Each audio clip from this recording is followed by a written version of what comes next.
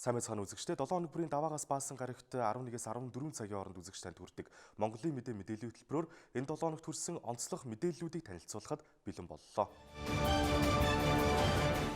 Эхлээд даваа гарагт болсон онцлох мэдээллүүдээс үргэлж Монгол Улсын ерөнхий сайд орон нутагт ажиллаж байна. Орхон аймгийн иргэдтэй уулзаж засгийн газраас хэрэгжүүлж байгаа ажлын талаар танилцууллаа. Иргэд хамгийн гол нь ашигтай, тогтмол, орлоготой болохыг хүсэж байгаагаа ерөнхий сайдад уламжиллаа. Тэтгэвэр цалинг засгийн газар үе шаттай нэмэгдүүлж байна. Эрхчилж бас нэмнэ. Гэхдээ орон нутагт иргэдийн хувьд шууд цалин мөнгө нэм гэхээсээ илүүтэйгээр эрүүл мэндийн үйлчлэгийг сайжруулах, ахмадууд хөтөлбөр эрхлэх боломжийг бүрдүүлэх, ажлын байр нэмэгдүүлэх, төрийн албан хаагчид ёс зүйтэй шударга ажиллах шаардлагыг тавьж байна. Ахмадууд хөтөлбөр хийж байна. Тэтгэвэр гарчаад. Хэдэн төгрөгний. Түүнээс нь нийгмийн даатгалын шимтгэл, хүн амын орлогын албан татвар аваад байгаа юм байна. Энийг болчихж болохгүй мө. Амьдралдаа нэмэр болох эрүүл мэндийн эм авахын тулд тэд нар ажил хийж байгаа шүү. Одоогийн хуулиар бол гомж байгаа ажил хөтөлбөр эрхэлж байгаа бол нийгмийн даатгалын шимтгэл төлөх татвар одоо төлөх юм хуультай байгаа юм. Харин нийгмийн даатгалын шимтгэл ажиллаад тэтгэврийн тогтоолгочдод ажил хөдөлмөрлөлийн нийгмийн даатгал шимжиж байгаа бол тэтгэврийн харин дахин одоо шинжилэн одоо тогтоолох эрх нь бол давхраад үүсээд одоо явж байгаа гэдгийг гомжгомнасаа ойлгож байгаа гэж бодож байна. Гэхдээ бид нар бас тэтгэвэр авч байгаа хамтуудыг шиг хамгаалахлаар олон талын арга хэмжээ авч байгаа. Насны хишиг гэсэн тэтгэмжийг шинээр бий болгоод жилд 2 удаа олгож байгаа. Эмэгтэйчүүдийн эмчийн мэдлэгийг, ур чадварыг сайжруулж өгөөч. Яахад одоо иргэдээ баг харуулаач гэж би бас хэлэх байна. Манай эмч мэрэгчлүүдийн судалгааны мэдээллийг би та бүхэнтэйгээ хуваалцаж байгаа юм шүү. За хүүхдэд төрсэн даруйд нь ангир уурга амлуулж чадахгүй байгаа. За эхийн эрүүл мэнд бас тааруу, суур өвчтэй байгаа. За хагалгаагаар төрөх зэрэг хэд хэдэн шалтгаанаас бол хүүхдүүд бас шаралж байна гэсэн ийм судалгааны дүн гарч байгаа. За бид судалгааг цаашнаас улам өргөжлүүлж энэ чиглэлд анхаарах болно гэдгийг мөнхний ягчд хэлье. Сүүлийн саруудад 7-8 дугаар саруудад үзлэгийн тоо эрс буурч байгаа. Хүүхдийн шүдний үзлэгийн санхүүжилтыг зохих боломжоор нь нэмэгдүүлж одоо ард иргэд хүүхдтэй маш том хөрөнгө оруулалт хийж туслаач гэж хүсэж байна. 2019 оны төсөвд 10 тэрбум төгрөг суух хэрэгтэй байсан боловч 5 орчим тэрбум төгрөг сууснаас үүдэлтэйгээр зарим нэг санхүүжилт дутаж байгаа. Энэ асуудлыг бид шийдвэрлэхээр засгийн газар дээр болон сангийн яам дээр ярьж байгаа учраас зэрэмч энэ асуудлыг шийдэгдээд явна гэсэн ийм одоо ойлголттой байгаа. 2 жилийн өмнөхтэй харьцуулахад Монгол улсын эдийн засаг сайжирч байгааг хэллээ. Олон улсын валютын сангийн хөтөлбөрт хамрагдаж эдийн засгийн сахилга баттай болсон. Улайгаад байсан гадаад валютын нөөц одоо 4.1 тэрбум долларт хүрсэн. Баялагын санд 313 тэрбум төгрөгийн хоримтлалтай. Үүнийг 2030 он хүртэл хэн нэгэн аваад өрчихгүй байхаар зохицуулж чаджээ. Цаашдаа бидний өмнө тулгамдсан ажилгүйдлийг бууруулахын тулд нийслэл, аймаг, орон нутгийн засаг дарга нар үүрэг хариуцлага давхар хүлээх ёстой гэдгийг ерөнхий сайд хэллээ. Бүх шатны засаг дарга удирд халуун тушаалнуудын ажлын үр дүнг нэг үзүүлэлт бол ажилгүйдэл ядуурыг хэрхэн бууруулваа? Ямар арга хэмжээ авч хэрэгжүүлвэ? Бизнес эрхлэгчдийг хэрхэн дэмжив?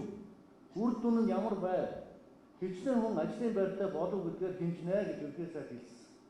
Нөгөө батлах даргын иргэдийн урлагийн ажлыг албан байгууллагын дарга нарын ажлыг Орхон аймаг залуучуудын төвтэй болно. Барилгын ажил нь эхэлсэн. Мөн үерийн далан байгуулах санхүүжилтийг шийдвэрлсэн гээд бүтээн байгуулалтын ажлууд бас хөрнөж байгаа гэдгийг улсын их хурлын гишүүн Сод Бэлэг энэ үеэр хэлж байлаа. Даваа гарагт нийслэл Улаанбаатар хотод сонгуулийн тухай хууль ба хэвлэл мэдээлэл дугуй ширээний ярилцлага зохион байгуулагдлаа. За энэ хүрээнд ямар сэдвүүдийг хүндсэн тухай манай сурвалжлагч Агима дараах сурвалжлагыг бэлтгийрүүллээ. Өнөөдрийн уулзалтаар бол бид нар хэвлэл мэдээллийн байгууллагууд сонгуулийн үеэр хэрхэн ажиллах вэ? За сонгуулийн тухай хуулинд өнөөдөр хэвлэл мэдээллийн байгууллагатай холбоотой ямар шинэ зохицуултууд орж ийн вэ?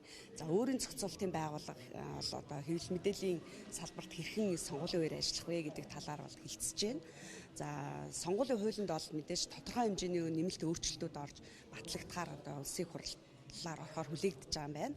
За энэ хуулинд орж байгаа шинэ заалтуудыг хэвлэл мэдээллийн байгууллагынхаа танилцуулах, ойлгуулах бас нэгдсэн ойлголтод хүрэх ийм зорилгыг агуулж байгаа.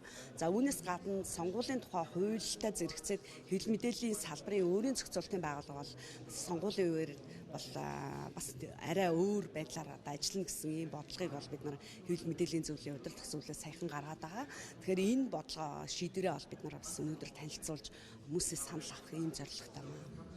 Тухайлбал бас хуулинд ямар өөрчлөлтүүд оруулж ийнө ингэснээр бас ер нь ямар үр дүнг бий болгоно гэж үзэж байна. Та бас тодруулбал. За сонгуулийн тухай хуулинд бол хэвлэл мэдээллийн байгууллагатай холбоотой хариуцлагын тогтолцоог нэлээд бас анхаарч авч үзсэн юм байна. За хяналт мониторинг тавихад бол ялангуяа ариадууд лизтэй холбоотой асуудлаар бол харьцаа албаны зохицуулахаар төлөвлөгөө ажиллах юм байна гэж харлаа. За үүнээс гадна цахим орчимдох зохицуулалтын асуудлуудыг бол тусгасан юм байна гэж харж байна. За хэвлэл мэдээллийн зөвлөлийн хувьд бол бас өнгөрсөн 2017 оны ерөнхийлөгчийн сонгуулийн судалгаанд үр дүнд бол тодорхой хэмжээний судалгаа хийж үзэхэд уламжилт хэвлэл мэдээллийн байгууллага гэхээсээ илүү нөгөө нийгмийн сүлжээнд энэ сонгуулийн сурчилгаа, сонгуулийн талаарх мэдээ мэдээллүүд илүүтэй түгээх хүмүүс санал бодол сэтгэлээ хуваалцах байдал бол ажиглагдсан. За тэгээ энэ мэдээллүүд нь тэр бүр бас үнэн бодит байж чадахгүй хуурамч мэдээлэлд бол нэлээд түгэх хандлага бол түгээмэл байсан. Тэгээд энэ асуудалд бас мэрэгжлийн нөгөө хэвлэл мэдээлэл сэтгүүлчид тодорхой хэмжээгээр төөрөгдөж татан оролцох бас оролцох ийм явдлууд бол харагдажсан гэж бид нар харсан. Тийм учраас энэ судалгааны дүн дээрээ үндэслээд энэ эх сонгуулийн үеэр хэвлэл мэдээллийн байгууллагууд маань уламжилт өөрийнхөө хэвлэл мэдээллийн хэрэгсэлтээр яаж мэрэгжлийн ёс зүйн мөрддөг вэ? Тэр яг хэмжээгээрээ сошиалд бол мэрэгжлийн ёс зүйн зарчмаа мөрдөж олон нийтэд ийм мэдэх хэргийг хангах, за сонгогчдын боловсролд бас бодиттой хэрэгтэй мэдээллийг түгээхт нь бол уриалж байгаамаа. За хоёрдугаар мэрэгжлийн ёс зүйг бол сошиалд ч гэсэн сэтгүүлчд баримтлах ёстой гэж бид нар үзэж байгаа. За тэр утгаараа хэвлэл мэдээллийн зөвлөл бол шинээр бодлого гаргаж сошиалд бид нар ямар зохицуултыг өөрийн зохицуултыг хэрэгжүүлж болох вэ гэдэг дээр бид нар нэлээд ярилцлаа. За тэгээ үүний үр дүнд бид нар сошиалд албан ёсны хэвлэл мэдээллийн байгууллагын албан ёсны пэйж хуудас дээр гарсан нийтлэл нэвтрүүлэгтэй холбоотой гомдлыг бол хэвлэлийн зөвлөл хүлээж авахар шийдвэрлсэн. За эхнээсээ бас гомдолч гэсэн ирж эхэлж байна. За энэ бол нэг те. Хоёрт бол бас олон нийтэд тухайн хэвлэл мэдээлэлээр танигдсан. За энэ тэр хүнийг бол мэдээж энэ хэвлэл мэдээллийн ийм сэтгүүлч юм аа. За энэ сэтгүүлч бол бас нэлээд тийм алдар нэрн төгсөн, олонд хүлээн зөвшөөрөгдсөн гэдэг юм уу? Эсвэл олон нийт үгийн сонсож болох үс тийм сэтгүүлчдийг бас мэрэгжлийн ёс зүйг барихгүй алдаа гаргуул энэ алдаан дээр алдаатай холбоотой гомдлыг бас хүлээж авъя гэсэн ийм бодлого бол баримталж байгаа. За түүнээс гадна сонгуулийн үеэр хэвлэл мэдээллийн зөвлөл өөрсдийн ажиллах процедураа бол шуурхаа болгож байгаа. За өөрөөр хэлбэл манайх бол улиралдаа нэг удаа иргэдээс авсан гомдлыг ёс зүйн ороо хилцдэг бол сонгуулийн үеэр бол мэдээж богино хугацаа сурчлагын хугацаа тийм учраас аль болох хурдан хугацаанд нэн даруй асуудлыг авч хилцэж шийдвэрлэдэг юм болох гэж байгаа. За түүнээс гадна ёс зүйн зарчимд бас тодорхой хэмжээний сонгуультай холбоотой өөрчлөлт оруулсан байна. Өөрөөр хэлбэл сонгуулийн сурчлагын тэр хугацаанд мэрэгжлийн хэвлэл мэдээлэл өөрсдөө нийтлэл нэвтрүүлгээ бэлтгэхдээ буруутгагдсан шүүмжлэгдсэн хүнд тайлбар өгөх боломжгүй байлгахгүй байх гэсэн утгатай ийм бол өөрчлөлтүүдийг оруулсан байна. Тухайн сэтгүүлч яг мэрэгжлийн ёс зүйгээ зөрчөөд янз бүрийн буруу мэдээлэл тараасан тохиолдолд хэвлэл нийтлсэн тохиолдолд ер нь ямар хариуцлага хүлээдэг юм бэ? Энэ тал дээр за яг ер нь ихэнхдээ сонгуулийн тухай хуулиар би сая бас Баяумадар бас нэмэлт асуулт асуулаа л да. Тэгэхээр сонгуулийн үеэр бол зөрчлийн тухай хуулийн зохицуултаараа л явна гэж шиг байна. Иргэдээс хэрэг гомдол гарвал цагдаагийн байгууллагад хандан цагдаагийн байгууллага зөрчлийн тухай хуулийн процедур хоног хугацаа тэрүүгээр л асуудлыг шийдвэрлэнэ гэсэн нэг хуулийн бол зохицуулт явж байгаа шиг байна. Нөгөө талдаа өөрийн зохицуулт бол хэвлэл мэдээллийн зөвлөл бол яг ийм чиглэлийн гомдлыг бол иргэдээс сүлээж авч миний түрүүний хэлдэг төрөвжилсэн процедураар шийдвэрлэнэ. За хэвлэл мэдээллийн зөвлөлөөс мэдээж гарч байгаа шийдвэр бол олон нийтэд мэдээлэх ийм арга хэмжээ авна. Өөрөөр хэлбэл ёс зүйн алдаа гаргасан хэсгээр. За түүнээс гадна хэвлэл мэдээллийн зөвлөл бас редакцуудаа туслах. За орд иргэдэд бас энэ хуурамч мэдээллийг ялгаж салгахад нь туслах зорилгоор энэ сараас эхлээд бид нар факт чек буюу нэг баримтыг нэгтлэн шалгах ийм хөтөлбөрийг одоо хэрэгжүүлж эхэлж байгаа. За 90 сурч сэтгүүлчдийн төвтэй хамтран холбооны бүгд найрамдах Герман улсын Deutsche Welle-ийн академийн санхүүжилтээр ийм шин төсөл хөтөлбөр хэрэгжүүлж байгаа. За энэ хөтөлбөр маань бол нийтдээ нэг редакцуудыг одоо энэ хөтөлбөртөө бас оролцуулж нэгдгийг уриалж байгаа.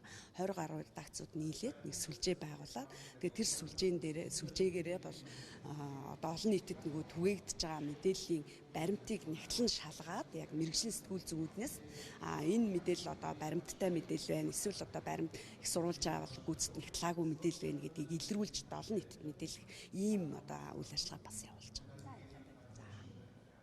Үзэгчдийн шууд мэдээллийг зурлаач Баатартай аягийн манаар хүргэлээ.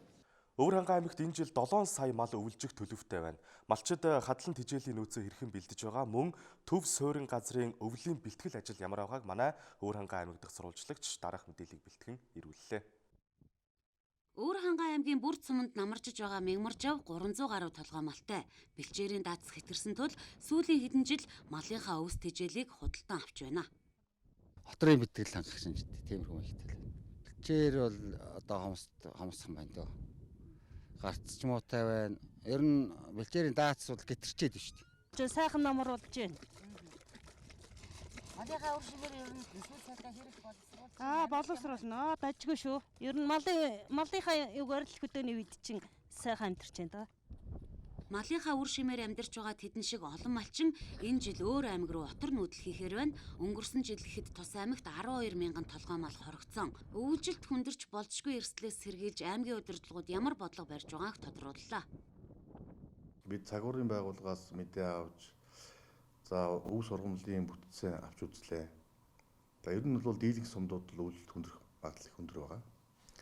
За малын тоотлого бол 7 сая гаруй мал байна. Бэлчээрийн даац бол 2.3 сая. Тэгэхээр бол үндсэндээ бэлчээрийн даац бол 3.5 дахин гэтэрсэн гэж ойлгож байна. Тийм учраас бид нар бол энэ хадлан тижээл бэлтгэх чиглэлээр Сэлэн булган аймагуд одоо Өвөр хангай зарим хадлангийн барьерууд гарсан. За аймгийн одоо хар орны сангийн аж ахуйг түшгэлсэн тариалан эрхэлж байгаа аж ахуйн нэгжүүдээс 20 орчим мянган бодол ногоон тижээл аймагт нийлүүлэх гэсэн одоо хүсэлт тавьсан байгаа. Тийм учраас бол аймгийн хэмжээнд л үүсэж жилийн нөөцийг бол хангалттай бүрдүүлнэ гэсэн юм зорилго тавьж байгаа. Өвөр хангай аймгийн хүн ам жилд 2000-аар өсөж байна. Төв суурин газрын хувьд уурын зуухныхаа хүчин чадлыг нэмэгдүүлэхэд анхаарчээ. Мөн агаарын бохирдлыг бууруулахын тулд энэ жилээс сайжруулсан түлшээр айл өрхүүдийг хангахаар зорж байгаа юм байна. 60 айлын зуухан дээр бол одоо 300-ын өмнө байсан 300-ын бол одоо солиулж шинээр 300 тавих жишээ. 36 айлын орон сууцсан дээр өмнө 2 амаар галж ирсэн бол одоо 4 амаар нэмэлж галлах ийм байдлаар бол аж ахуй нэгж үйлдвэрүүд бол бид нэг шахаж ажиллаж байна. Аймгийн хэмжээнд энэ жил ургамлын гарц тааруу байсан тул хадлан тижээлээ Сэлэнг булган аймгаас татаж аюулгүй нөөцөө бүрдүүлэх юм байна. Суурин газрын хувьд 40 гаруй уурын зуухыг аюул сааталгүй ажилуулах зорилт тавьж агаарын бохирдол бууруулах шүүлтүүр тавьжээ. Арийн AP сүлжээний 6 дугаар их хурал Улаанбаатар хотноо зохион байгуулагдлаа. За энэхүү хуралд 22 улсын 100 гаруй төлөөлөгчид оролцсон байна. Тэгэхээр арийн AP буюу Аз намхан далайн бүс нутгийн хөрөнгө буцаах байгууллагууд хоорондын сүлжээ гэдэг сүлжээ маань бол 2013 онд байгуулагдсан. Тэгээ үүнээс хойш одоо 6 дахь удаагийн хурлаа зохион байгуулж байгаа. Тэгээ манай Монгол улсын хувьд бол 13 онд гишүүнээр нийлсээд 18 онд тус сүлжээний удирдах зөвлөлийн гишүүнээр сонгогдсон байгаа. За мөн даргалагч улсаар сонгогдсон учраас 19 оны туршид даргалагч улсын хувьд олон улсын арга хэмжээнүүдэд оролцох мөн олон төрлийн арга хэмжээний зохион байгуулах хамгийн гол нь энэхүү бүх төрлийг эх орондоо зохион байгуулах юм эрх буюу үүрэг хүлээдэг байна. За энэхүү хурлаас бас ямар үр дүн хүлээж байгаа болоо тийм ээ. Гадаадад одоо ингээд бас гарцсан мөнгийг буцаана эх орондоо авчрах гэдэг ингээд угаагдсан мөнгө гэдэг ингээд янз бүрээр л ярьдаг л та. Тэгэхээр энэ сүлжээний эхлээд сүлжээний маань гол зорилгын талаар танилцуулах зүйтэй байх гэж бодож байна. Тэгэхээр ихэнх улсуудын хувьд гэмтэргийн замаар гадагш гарсан хөрөнгийг мөрдөн шалгах, эх орондоо буцаа авчрах гэдэг асуудал бол маш чухал бөгөөд нэлээд төвөгтэй асуудалд бол тооцогддог. Энэ маань цаг хугацаа ихээр шаарддаг. Улс орон болгоны эрх зүйн тогтолцоо өөр байдаг. Хөрөнгө хүч, одоо хүний нөөц зэрэг олон асуудлуудаас шалтгаалаад цаг хугацаа алдах, төдийлөн үр дүнд хүрэхгүй байх асуудал гардаг. Тэгэхээр энэ талаар бол хоёр чиглэлээр ажиллаулт. Нэг нь бол албаны шугамар буюу хоёр улсын хооронд байгуулсан эрх зүйн харилцан тусалцааны үзүүлэх гэрээ, мөн нэгдсэн үндэсний байгууллагын авилгын эсрэг конвенц дээр үндэслээд эрх зүйн харилцан тусалцааны хүсэлт явуулж мэдээлэл солилцож болно хоёр улсын хууль сахилах байгууллагын оронд. Гэхдээ энэ процесс маань өөрөө нэлээд одоо цаг хугацаа шаарддаг, мөн одоо хариу ирэх гэж ууддаг, тийм ээ. Тэгээд олон өөр бусад асуудлуудаас болоод үр дүн хүрэх нь одоо их муутай байдаг. Тийм учраас энэ дэлхийн улсуудын хүрээнд одоо алтан бус сүлжээ байгуулъя гэж шийдээд сүүлийн жилүүдэд бүс нутаг болгонд ийм сүлжээ байгуулагдсан байна. Тэгэхээр энэ сүлжээ маань хамгийн чухал нь мөрдөгчөөс нэг мөрдөгчийн хооронд, тийм прокуророос прокурорын хооронд, альва нэг улсын хууль сахилах байгууллагаас нөгөө хууль сахилах байгууллагын хооронд шууд харилцах. Шууд гэдэг маань цахим шуудангаар айж болно, имэйлээр, тийм ээ, за утсаар, нүүр тулан уулзаад өөр өөрсдийн шалгаж байгаа хэрэгүүд дээрээ мэдээлэл хурдцтайгаар солилцох, шаардлагатай яаралтай арга хэмжээнүүдийг ахуулах гэсэн давуу боломжтой байдаг. Тэгэхээр энэ жилийн одоо хуралд бол өмнөх жилүүдэд харьцсан бол маш олон хүн ирж оролцож байгаа. Тэгэхээр энэ мэрэгчлэнүүдийг улс орон болгоны шүүгч нарыг, прокуроруудыг, мөрдөгчнөр энийг газар цуглуулж байгаараа нүүр тулж бүс нутгийн хэмжээнд тулгарч байгаа одоо бэрхшээлүүдэд ярилцах, сайн туршлагуудаа солилцох, амжилттай шалгасан хэрэгүүдээ одоо танилцуулах, мөн бодит бас хэрэгүүдийн талаар ярилцаж үр дүнд хүрэх боломжтой. За энэхүү бас энэ МЮОНРТ гэдэг энэхүү сүлжээ ялангуяа одоо 6 дахь хурал. Тэгэхээр өмнө бас нэг үлэг хүрээлийн ясыг бас хууль бусаар хил давуулан гаргаж яхад олж исэн. За яг энэ жишээ одоо яг энэ сүлжээний бас шугамар олж исэн гэж.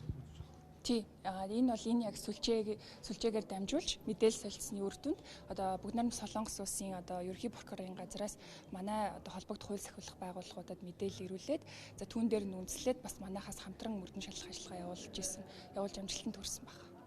За мэдээлэл өгсөн танд баярлалаа. Баярлалаа. За үзэгчдээ бид новитет зочд хурлын хурлын танхимд болж байгаа. За МЮОНРТ буюу 6 дугаарыг хурал Аз нохын далайн бүс орнуудын за 22 улс орн энд өнөөдөр авилгын сүлжээ, за одоо авилгын гэмт хэрэгт одоо холбогдсон, за гэмт хэрэгтнүүдийг одоо хоёр улсын хооронд одоо хэрхэн яаж одоо хэргийг нь одоо шалгах, хянах боломж нөхцөл байгаа талаар ингээд бүх одоо улс орнууд хоорондоо ингээд ярилцах нөхцөл боломж бүрддэг юм байна. За үүнийг бол одоо авилгатай тэмцэх газрын эрх бүхий албан тушаалтнууд одоо удирдан чиглүүлж даргалж байна. За энэхүү хурлыг бол одоо зохион байгуулагчийн зүгээс бол одоо 6 дахь жилдээ зохион байгуулж байна гэдэг зүйлийг ярьж байна. За энэ жил бас манай Монгол улс оронд зохион байгуулагдаж байгаа нь маш олон давуу талтай. За гадаад улс оронд гарцсан мөнгө угаах хэрэг, за авилгын гэмт хэрэгээр шийдэгдсэн хэрнээ гадаад улс оронд зугтсан гэдэг. За тухайн улс оронд бас нуусан мөнгө угаасан мөнгө төгрөг гэдэг ингээд олон зүйлийг шийдэх нөхцөл боломж болоо энэхүү хурлын үр дүнгээс гарна гэдэг зүйлийг хэлж байна. Үргэлжлүүлэн мегмар харигт болсон онцлох мэдээлүүдээс хүргэе. Зам тээврийн ослын улмаас жилдээ 1000 гаруй хүн бэртэж гэмтдэг гэсэн тооцоо судалгаа гарсан байдаг юм байна. Цагдаагийн ерөнхий газраас зам тээврийн ослоос сэргийлэх зорилгоор дураараа биш дүрмээр аяныг хэрэгжүүлж эхэлж байна. За энэ тухай хэвлэлийн баг хурлаас манай сурвалжлагч Алтан Ишиг дараах мэдээллийг бэлтгэлээ. Жолооч нар өөрөө хөдөлгөөнд оролцохдоо соёлдоо оролцдог. Хөдөлгөөнд оролцогчд маань өөрөө замын хөдөлгөөний дүрмийг сахин биелүүлдэг байх юм бол энэ төгжрлийн 38% нь бол байхгүй болно гэсэн үг шүү дээ, тийм. Тэгэхээр бид нэр өөрсдөө замын хөдөлгөөнд оролцохдоо тодорхой хэмжээгээр нөлөөтэй байна, энэ төгжрөлд нөлөөтэй байна л гэсэн үг. Тэгэхээр энэ төгжрөлд нөлөөтэй байгаа юм чинь энэ замын хөдөлгөөний дүрмийг сахин биелүүлээд хөдөлгөөнд оролцохдоо ухамсартайгаар хөдөлгөөнд оролцох юм бол бидний тэр нервтэд байдаг энэ асуудал бол тодорхой хэмжээгээр буурах юм а гэдгийг хэлэх байна. 3 дахь миний хэлэх зүйл бол энэ өнгөрсөн жилийн хугацаанд бол тэр Азийн хөгжлийн банк бусад гадаад дотоодын судлаачдын үзэж байгаагаар бол ерөөсөө Монголд 3 зүйлд анхаарал хандуулж яжээ гэж хүсэж байгаа юм. Нэгдүгээрт нь бол согтууруулах хундааны зүйл хэрэглэх үедээ автомашин жолоодохгүй байх. Хоёрдугаарт нь хурд хэтрүүлэх. Гуравдугаарт нь хамгаалах хүс хэрэглэх, хамгаалах хэрэгсэл хэрэглэх. Ийм асуудал дээр одоо нэн төрөнд анхаарал хандуулчих юм бол өөрөө өхөл гэмтэл гэдэг имийг 50% бууруулах болцоотой юм гэдгийг хэлж гисэн баггүй. Тэгэхээр энэ өөрөө бид нар нөгөө санаанаас таагаад ингээд хэлчихэж байгаа зүйл биш л дээ. Тэгэхээр энэ бол судалгаагаар тогтоогдсон зүйл. Тэгэхээр энэ чиглэлээр бол замын хөдөлгөөнд оролцогч нар маань түүнээс гадна энэ чиглэлээр үйл ажиллагаа явуулдаг ийм байгууллагууд анхаарч өгөөч гэж хүсэж байгаа юм. Дараагийн ээлжинд нэг хэлэх зүйл бол энэ Монгол бас 2015 онд замын хөдөлгөөний аюулгүй байдлын тухай хууль батлагдсан. Хууль баталсантай холбогдуулаад одоо энэ онд замын хөдөлгөөний аюулгүй байдлын үндэсний зөвлөл гэдэг ийм зөвлөл байгуулсан. 2023 он хүртэл зам хөдөлгөөний аюулгүй байдлыг хангах чиглэлээр үйл ажиллагааны хөтөлбөр боловсруулсан. Энэ хөтөлбөрийг хэрэгжүүлэх үйл ажиллагааны төлөвлөгөө ингээд хэрэгжиж явж байгаа. Үүнийг хэрэгжүүлэхийн тулд бол байгууллага болгон тэр ISO 39001 гэсэн стандартыг хэрэгжүүлэхээр өнгөрсөн одоо 3-4 жилийн өмнө батлагдсан стандарт байж байгаа. Тэгэхээр аж ахуй нэгжүүд маань өөрөө энэ стандарт энд батлагдаж хэрэгжиж байгаа энэ стандартуудыг судлаж хэрэгжүүлээч гэж хүсэж байгаа. Ийм л зүйл мэдээллийг хэлэх байна да таа. Одоо хамгийн том зорилго нь юу вэ гэхээр энэ аянлуу бүх нийтээрээ одоо цагдаагийн байгууллагын бүх хүчээрээ ордогдол байгаа. Одоо цагдаагийн байгууллага бүх хүчээрээ ордог гэсэн бол одоо дээрээс нэмээд энэ манайтай хамтарч байгаа энэ аж ахуй нэгж байгууллагууд эрхэм сэтгүүлч тав хүн Монголын ард түмэн бүгдээрээ энд орцоод эхэлнэ л гэсэн үг. Тэгэхээр бид нар юу нөгөө тээврийн цагдаагийнхаа албан хаагч дээрээ нэмээд бусад анги байгууллагуудаас хүч нэмэгдүүлж байгаа. Энэ хаана ямар зөрчил илрүүлэгч камер шинэ төрлийн шинжлэх ухааны технологиуд тавигдаад байгаа байлаа. Тэр болгоноороо бид нар энэ сахилгагүй соёлгүй дөрмч ус үйл ажиллагаа явуулж байгаа жолооч нараа хянд шалганаа л гэсэн үг. Одоо бүх уулзуурууд дээр Улаанбаатар хотод байгаа 370 уулзуур хичнээн 4000 гарцсан энэ бүгдэн дээр энэ хяналт шалгалтууд маш эрчимтэй явагдана гэсэн үг. Энэ сарын аянуудад. Ингэжээж бид нар энэ хяналт шалгалтаа нэг талд нь явуулна, нөгөө талдаа сургалт сурталчилгаа, мэдээлэл, соён гэгэрүүлэх ажиллагаануудаа ингэ давхар ингэж явуулах юм байнамаа. Тэгэхээр манай эрхэм жолооч нар хаач явсан хизээч гэсэн ямар нэгэн байдлаар одоо цагдаа байвал зөрчихгүй, цагдаа байхгүй бол зөрчнө гэдэг энэ сэтгэлгээнээс салаараа хяналт шалгалт бол камер болон манай иргэд бас цагдаагийн байгууллагад маш олон шугамар мэдээлэл өгдөг болсон байгаа. Та бүхэн мэдж байгаа бох тийм ээ. Захин цагдаа.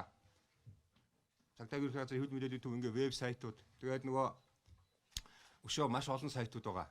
Энэ сайтуудаар бид нар лөө тэр зөрчил гаргаж байгаа нөхдүүдийн мэдээллийг авчиж байгаа. Энэ арга хэмжээний хүрээнд өшөө олон суугаар бид нар авах болно. Тэгэхээр эрхэм жолооч нар минь тэр бидний гаргаж байгаа дөрвөн бус үйл ажиллагаа бие биенийгаа нэг жижигхэн сахилгах соёлгүй байгаагаасаа болж энэ Улаанбаатар хотыг төвжирүүлж байгаа зам тээр ослол гаргаж байгаа энэ байдлууд чинь бүгд яах нь вэ? Цагдаагийн байгууллагын хяналт шалгалтаар бас иргэдийн хяналт шалгалтаар ирэх нэ, илэрх нэ, мэдээлэгдэх нэ.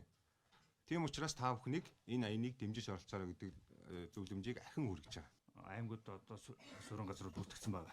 Ийм учраас зам тээр бас одоо өөрчлөлт хэрэглэх гол энэ дураараа биш дөрвөөр аяны маань гол утга учир маань болохоор ер нь зам тээврийн ослыг гарсны дараа нь биш гарахаас өмнө өөрчлөлт хэрэглэх арга хэмжээ авч байгаа. Түрүү ярьсан ихвчлэн зөрчлүүд маань юунаас болоод байна вэ гэхээр дөрмөө биелүүлдэггүй жолооч нар маань хариуцлагагүй үйлдэлээс болдог. За энэ үйлдэл маань юунд хүргэдэг вэ гэхээр замын гацаа төвчрлийг улам гэсгдэг.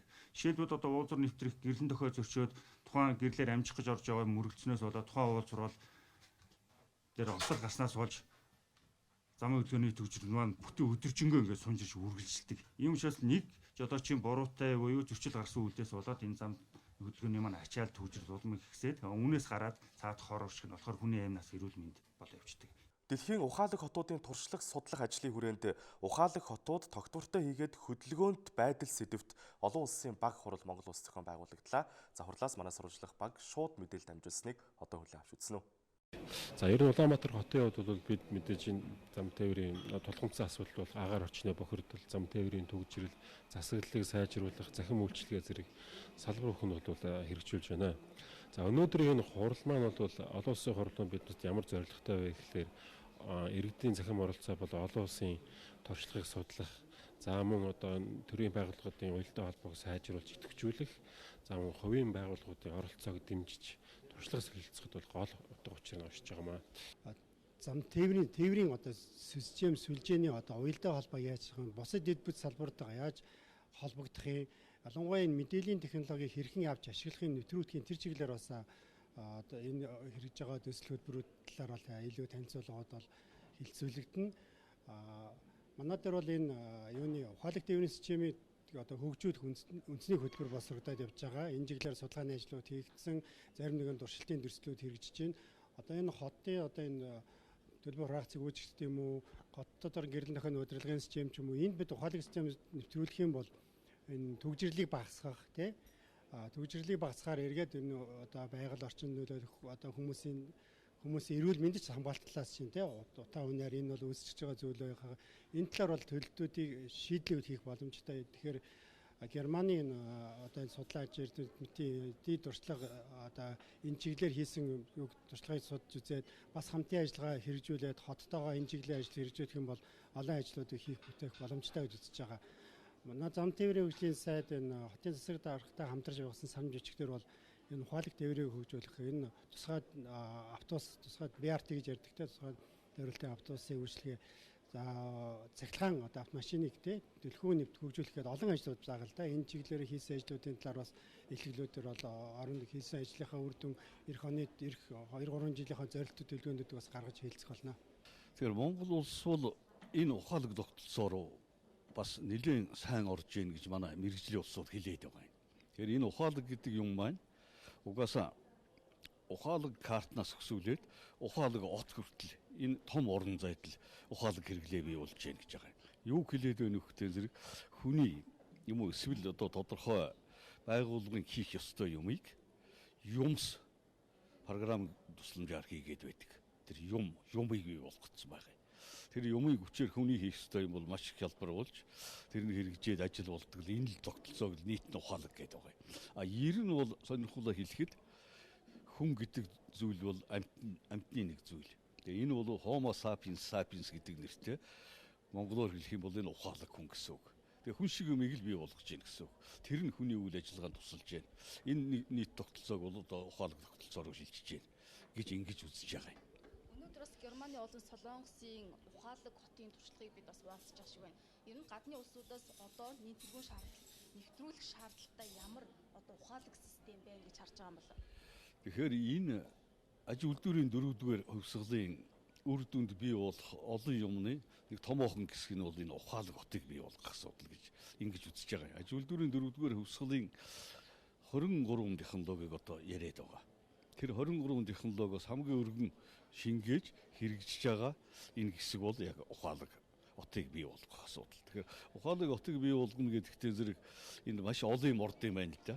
Тэгэхээр одоо энэ ухаалаг хотын концепц, ухаалаг хотын үзэл санааг боловсруулсан Германы алдартай эрдэмтэн профессорууд ирчгээд одоо Азийн зарим оронд ухаалаг хотыг бий болгох асуудлаар хамтарч хурал зохион байгуулж байгаа нь манай нийслэл хотын хүнд энэ ухаалаг хотыг судалдаг манай эрдэмтэн судлаачдад маш их том дэмжлэг болно. Яагаад гэвэл бид нар яг хотын төвшөнд ухаалаг хот байгуулах асуудлыг бол ер нь дөнгөжл ярьж эхэлж гин гэж хэлж болохгүй байгаа. А гэтэл одоо томоохон хотууд өндөр хөгжилтэй орнууд чинь хотын гудамжаар жолоочгүй машин явж байна тийм ээ. За бүр жолоочгүй нисдэг зүйлс жолоочгүй нисдэг онгоцуд бий болчиход байна. Одоо далайн тээврийг жолоочгүй болгох гэж хамгийн наад зах нь л жолоочгүй тээврийн хэрэгсэл дотор явдаг. Тэрний өшөөний илүү ухаалаг хэрэгцээ нь юу вэ нөхтэй зэрэг энергийн хэрэглээ багтай авто зам, төмөр замыг бий болгох. Интергээл ингээл дараа нөгөө ухаалаг үйлчилгээгээ бий болгодог. Энэ системийг яаж хийж байна? Дэлхийн тэргүүлэх орн аль төвшөнд байна?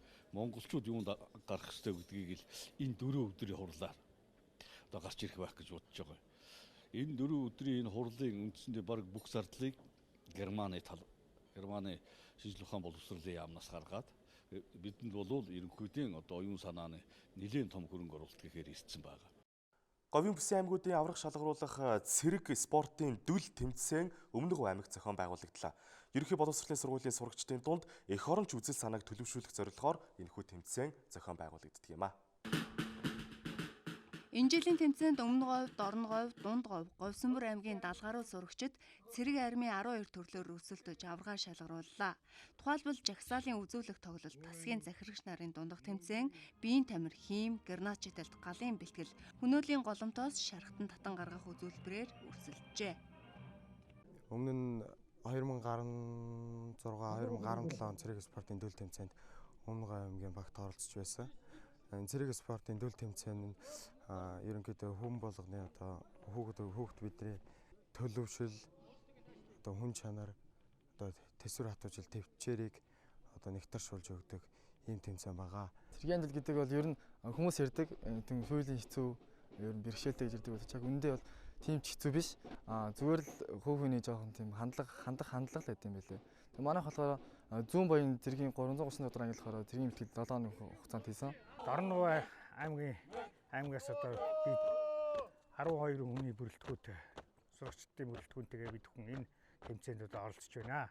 За жил бүр одоо энэ зохиогддог энэ тэмцээнд одоо бид хүн одоо энэ говийн бүсээ энэ жил одоо анх удаага манай одоо Өмнө Говь аймагт одоо энэ говийн бүсийн дөл тоглолт цэрэгжлийн спортын дөл тоглолт тэмцээн явагдаж байна. За говийн бүсээ 5 аймагаас бол одоо 2017 онд бол эхний одоо 5 байрд бол одоо говийн бүсийн 5 аймаг шалгаж ирсэн юм түүхтэй. Багийн нийлбэр дүнгээр улсын аварга шалгаруулах цэрэг спортын дүүл тэмцээнийг 2017 оны аварга Өмнө Говь аймгийн Ёлууд багт хэрэгжүүлсэн бол удаах байранд Дунд Говь, Дорн Говь аймгийн багууд шалгарсан байна. Монголын мэдээ 7 хоногт эрдэмтдийн шинэ бүтээл сэдвийн хүрээнд цуврал сурвалжлагуудыг бэлтгэж байна. За энэ удаад генийн инженерчлэл, молекул биологийн чиглэлийн судалгаа шинжилгээний анхны эрдэмтэн за салбартаа 43 дахь жилдээ ажиллаж байгаа академич Оюун Сүрэнгийн хамгийн сүүлд хийсэн эрдэм шинжилгээний бүтээлийг онцоллоо. Академич Цэнт Сүрэнгийн Оюун Сүрэн 23 настайдаа эрдэм шинжилгээний ажилтнаар ажиллаж эхэлжээ. Тэрээр чимээ шуган багтай молекул биологийн лабораторийн өрөөндөө олон сар жил судалгаа шинжилгээ хийж ард түмэндээ хэрэгтэй шинжлэх ухааны бүтээлүүдийг олныг хийсэн эмэгтэй 4 академичийн нэг юм а. За түүний баг хамт олонтойгоо хамгийн сүүлд хийж дуусгасан нэг чухал ажил нь элэгний хавдрын болон ургийн гажиг эрт богино хугацаанд илрүүлэх боломжтой онцлоор юм. Элэгний хавдрыг эхонд харагдахаас нь өмнө цуснд нь шинжилгээ хийгээд элэгний хавдартай байна уу үгүй юу гэдгийг бол онцолдог тийм онцлоор хийсэн байгаа. Одоо яг патент авах шатандаа явагдаж байгаа. Энийг ингээд патент аваад үйлдвэрлэх юм бол эхонд харахаас нь өмнө зүгээр л цуснд нь тэгэл элэгний хавдар болох нь үгүй юу болвол одоо ямар шатандаа явж яана яаж яана гэдгийг нь тодорхойлох боломжтой ийм одоо онцлоор бэлэн болгосон байж байгаа. Бусад улс орнуудад ийм онцлоор бас байгаа. Гэхдээ манай онцлоор болохоор яг Монгол хүнд тохирсон энэ одоо гэдгээр илүү онцлог байгаа. Эрдэмтдийн олон жилийн судалгааны үр дүнд хийсэн ажлууд харамсалтай нь бодит ажил хэрэг болж олон нийтэд хүрэхэд хөрөнгө мөнгө санхүүгийн асуудал тулгардаг хэвээр байна. За үүний нэг тод жишээ бол шинжлэх ухаан технологийн сангийн үзэсгэлэнгийн танхимд эрдэмтэн судлаачдын олон жилийн судалгааны дүнд хийсэн патентын эрхээ авчихсан 150 гаруй бүтээгдэхүүн байна. За гэвч тухайн бүтээгдэхүүний дөнгөж 20 гаруй нь л бүтээгдэхүүн болж олон нийтэд хүрчээ. Харин бусд нь санхүүжилтгүй улмаас үзмэр болон үлдэж байна. 12 тэрбум нь болохоор төсөл байхгүй. Одоо энэ судалгааны төслүүдийн санхүүжилт гэсэн 500 зүгээр манай орны хувьд дутагдaltaй ямар асуудал байдгүй гэхээр жишээ нь инновацийн төсөл төрөх юм бол одоо санхүүжилт инновацийн төслөө аваад зөвхөн нэг бүтээгдэхүүний загвар үүсгээд одоо бий болгоод ингээ гарах ийм хэмжээнд л байдаг байхгүй. Тэрнээс цаашаага одоо ингээд яг гарсан үр дүнгээ инновацийн бүтээгдэхүүн болгоод үйлдвэрлэлд бүр ингээ массаар нь үйлдвэрлэлээ зах зээлд нийлүүлэх бас тэр хэмжээнд бол бас арайхан хүрээгүй байна. Эрдэмтэн судлаачид шинжилгээ судалгаа хийж чаддаг хийсэн бараа бүтээгдэхүүний олшруулах олон нийтийн хүртэл болгох тал дээр менежмент муутай дотоодын компаниуд нь шинэ бараа бүтээгдэхүүн гэхээс илүү гадны улсаас оруулж ирж байгаа бэлэн танигдсан бүтээгдэхүүн авах сонирхолтой байдаг нь ч үүнтэй холбоотой юм байна. За тиймээс шинжлэх ухааны салбарт хийх судалгаа шинжилгээний ажилд жилд төсвөлөгдөж байгаа 10 гаруй тэрбум төгрөг 200 тэрбум төгрөгт хүрч байж л эрдэмтэн судлаачид судалгааны бүтээлээр үйлдвэрлэх боломжтой болох талаар судалгаа гарчээ. За учир нь хөгжиж буй орнуудын дотоодын нийт бүтээгдэхүүнд эзлэх шинжлэх ухаан технологийн зарлалын дундаж хэмжээнээс манай улс 5 дахин бага байна. Өмнө Говь аймагт ерөөлч магтаалчдын улсын аварга шалгаруулах 6 дугаар уралдаан зохион байгуулагдлаа. За мөн энэ үеэр ерөөлч магтаалчдын зөвлөлдөх уулзалт болсон байна. Соёлын үеийг халдгалан үлдээх, ирээдүйн хойчтой өвлүүлэх зорилгоор ерөөлч магтаалч нарын улсын уралдааныг Өмнө Говь аймагт зохион байгууллаа. 2 жилд нэг удаа болдог энэ наадамд аймаг нийслэлээс 30 гаруй ерөөлч магтаалч нар өрсөлдөж шилдэгүүдээ шалгаруулсан байна. Урд жилээс оролцогчдын тоо нэмэгдэхийн зэрэгцээ тэмцээний чанар өрсөлдөөн сайжирсан байгааг зохион байгуулагчид хэлж байлаа. Зөвлөгөөний ач холбогдол нь Өмнө Говь аймгийн онцлог бүхий одоо энэ өв соёлыг одоо нээх, илрүүлэх, түгээн дэлгэрүүлэх, мөн одоо хүүхэд залуучуудад үлдээх, сургах одоо ийм зорилготой энэ зөвлөгөөнийг зохион байгуулж байна. За мөн одоо бас энэ зөвлөгөөний дараагаар ерөөч магтаалчдын улсын уралдааныг зохион байгуулсан. За үүнд бол одоо аймаг болгоны төлөөлөл 36 хүн одоо ирж оролцлоо. За өрний сайхан энэ Өмнө Говь аймагт болж байгаа ерөөлч магтаалчдын 8 дугаар уралдаанд одоо Ари сайхан ангаас ирээд оролцож байна. Үнэхээр гоё. За томчуул гэж ярьдаг та улсын цолтой хөгжүүлэгдэх шиг сайхан улсууд ирлээ их баяртай байна.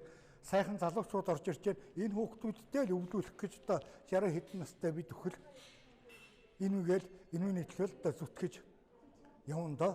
Өмнө нь би улсын уралдаанд бас оролцсон, ардын урлаг улсын уралдаан гээд улсын уралдаан чинь бас 3-4 төрүүлсэн. Ардын уралд бас 3-4 алтан медаль авч байсан. Тэгээ ер нь мөнгө жаргал эрүүлжтэй өрсөлдөлөө дөө. Соёлыг дэмжих ажлыг Өмнөгов аймагт амжилттай хэрэгжүүлж байна. Мөн нийтийн соёлыг эрхэмлдэг аймаг, бид ном уншдаг аймаг, бид өв соёлоо дээдэлдэг аймаг болох ажлуудыг үе шаттайгаар зохион байгуулж байгаа юм байна. Мастер ралли 2019 холын цайн улсын аврах шалруулах тэмцээн боллоо. За энэ удаагийн тэмцээн 3 өдөр үргэлжилж нийтдээ 2000 гаруй км замыг туулжээ. Энэ жилийн мастер ралли уралдааныг Монголын автомашин моциклийн спортын холбоо, Монголын автомаструудын холбоо, Speed Auto Moto клуб хамтран зохион байгууллаа. Мастер ралли 2019 холын цайн улсын аврах шалруулах тэмцээн суудлын тэрэг, моциклийн төрлөөр явагдлаа. Өмнөгов аймагаас гараа хийсэн энэ жилийн уралдаанд 30 гаруй тамирчин өрсөлдөж, Төв, Дундгов аймагуудын нутгаар 2000 км замыг туулна Улаанбаатар хотноо баринд орсон юм а. Манайхан зургаас авч чинь ер нь хурдтай болсон байна. Би завсарлаад уралдаагүй 4 жил болсон бэртлийн улмаас. Тэгээ сая ингээд 4 жилийн дараа ингээд тэмцээнд эргээ орсон чинь гоё байна. Хүмүүсийн чадварыг сайжирсан байна тамирчтэй. Хурд их сайн болсон байна. Зургийг хурдтай уншиж байна. Тэмцээн бол гоё. Тэмцээний УАЗ 460-с автомашины төрөлд спортын мастер Базар Жаргал, чиглүүлэгч Эрдэнэ Очирнаар төрүүллээ. UTV англиад спортын дид мастер Баатар, чиглүүлэгч спортын мастер Сайн Баярнаар тэргүүлж, Jeep машины англиад спортын дид мастер Лавгнэм, чиглүүлэгч спортын дид мастер Инкваторнаар тэргүүн байрыг эзэлсэн юм а. Тэгвэл моциклийн англиад олон улсын хэмжээний мастер Лавгсүрэн бусдаасаа илүү хурдан байж аваргын алтан медалийг хүртлээ. Сэлэнг аймгийн тариаланчид органик хүнсний ногоо тариалж байна. За бид энэ туршлагыг судлахаар Сэлэнг 5 хайрхан дундын оршооны дарга оюун туяатай нийслэлийн хаан гард ордонд ярилцсан энэхүү ярилцлагыг хүлээн авч үзнэ. Сэлэнг аймгийн тариаланчдын хувьд бол одоо нийлж нэгдээ дундын оршоол байгуулад ингээд органик хүнсийг үйлдвэрлэж хэлсэн их тийм сайхан мэдээ үзэгчтэйгээ хуваалцах гэж байна л да. Тэгэхээр юун төрөнд хоёулаа энэ Сэлэнг органик хамтын баталгаажлалтын байгууллагын талаар одоо үзэгчтэй мэдээлэл өгье л дөө. Хамтын баталгаажилт гэдэг бол одоо бие биендээ итгэсэн итгэлцэл мөн одоо үүнээс үүдээд одоо органик хүнс үйлдвэрлэж байгаа юм жишээ шүү дээ. Тэгэхээр энэ байгууллагынхаа тухай бас хэрхэн яаж үүсгэн байгуулагдсан тухай мэдээлэл өгөхгүй юу? За. Манай Сэлэнг органик хамтын баталгаажлалтын байгууллага маань 2019 оны 6 сарын 13-нд бол Сэлэнг аймагт органик хүнсний тухай хууль хэрэгжүүлэх гээд органик хөдөө аж ахуйн түншлэл төсөл хэрэгжиж байгаа. Тэр төслийн хүрээнд хамрагдсан ногоочдоос бол бүрдсэн тийм хамтын баталгаажлалтын байгууллага байна. За одоо яг энд нийтдээ хэдэн тариаланчид нэгдэж байгаа вэ? Тэгэхээр ер нь үйл ажиллагаа нь ер нь ямар хөө байдлаар ямар зохион байгуулалтаар явагддаг юм бэ? За манай Сэлэнг органик хамтын баталгаажлалтын байгууллагт маань органик хөдөө аж ахуйн түншлэл төсөлд хамрагдж байгаа 11 сумын 30 анхан шатны хоршоотын 139 хүн тангараг өргөөд түүнээс 103 хүн нь одоо хүнс хөдөө аж ахуйн хөнгөн үйлдвэрийн яамны органик хүнсний бүртгэл мэдээллийн сандаа бол одоо бүртгүүлээд одоо явж байна. Хамтын баталгаажлалтын байгууллага маань бол органик хүнсний тухай хуулийн дээр бол хамтын баталгаажлалтын байгууллага өөрсдийнхөө итгэлцэл дээр хамтын баталгаажлалтын байгууллагыг байгуулж болно гэж байгаа. Тэрний үндсэн дээр манайх Сэлэнг аймгийнхаа анхны Сэлэнг органик хамтын баталгаажлалтын байгууллагыг байгуулад эхний 20 хүнээ бол одоо бүртгэлжүүлээд гэрчлэгийг нь аль бие ёсоор өгөөд тэгээд Мишель Экспо дээр бол бүтээгдэхүүн нь борлуулалт нь гаргаад байж байна.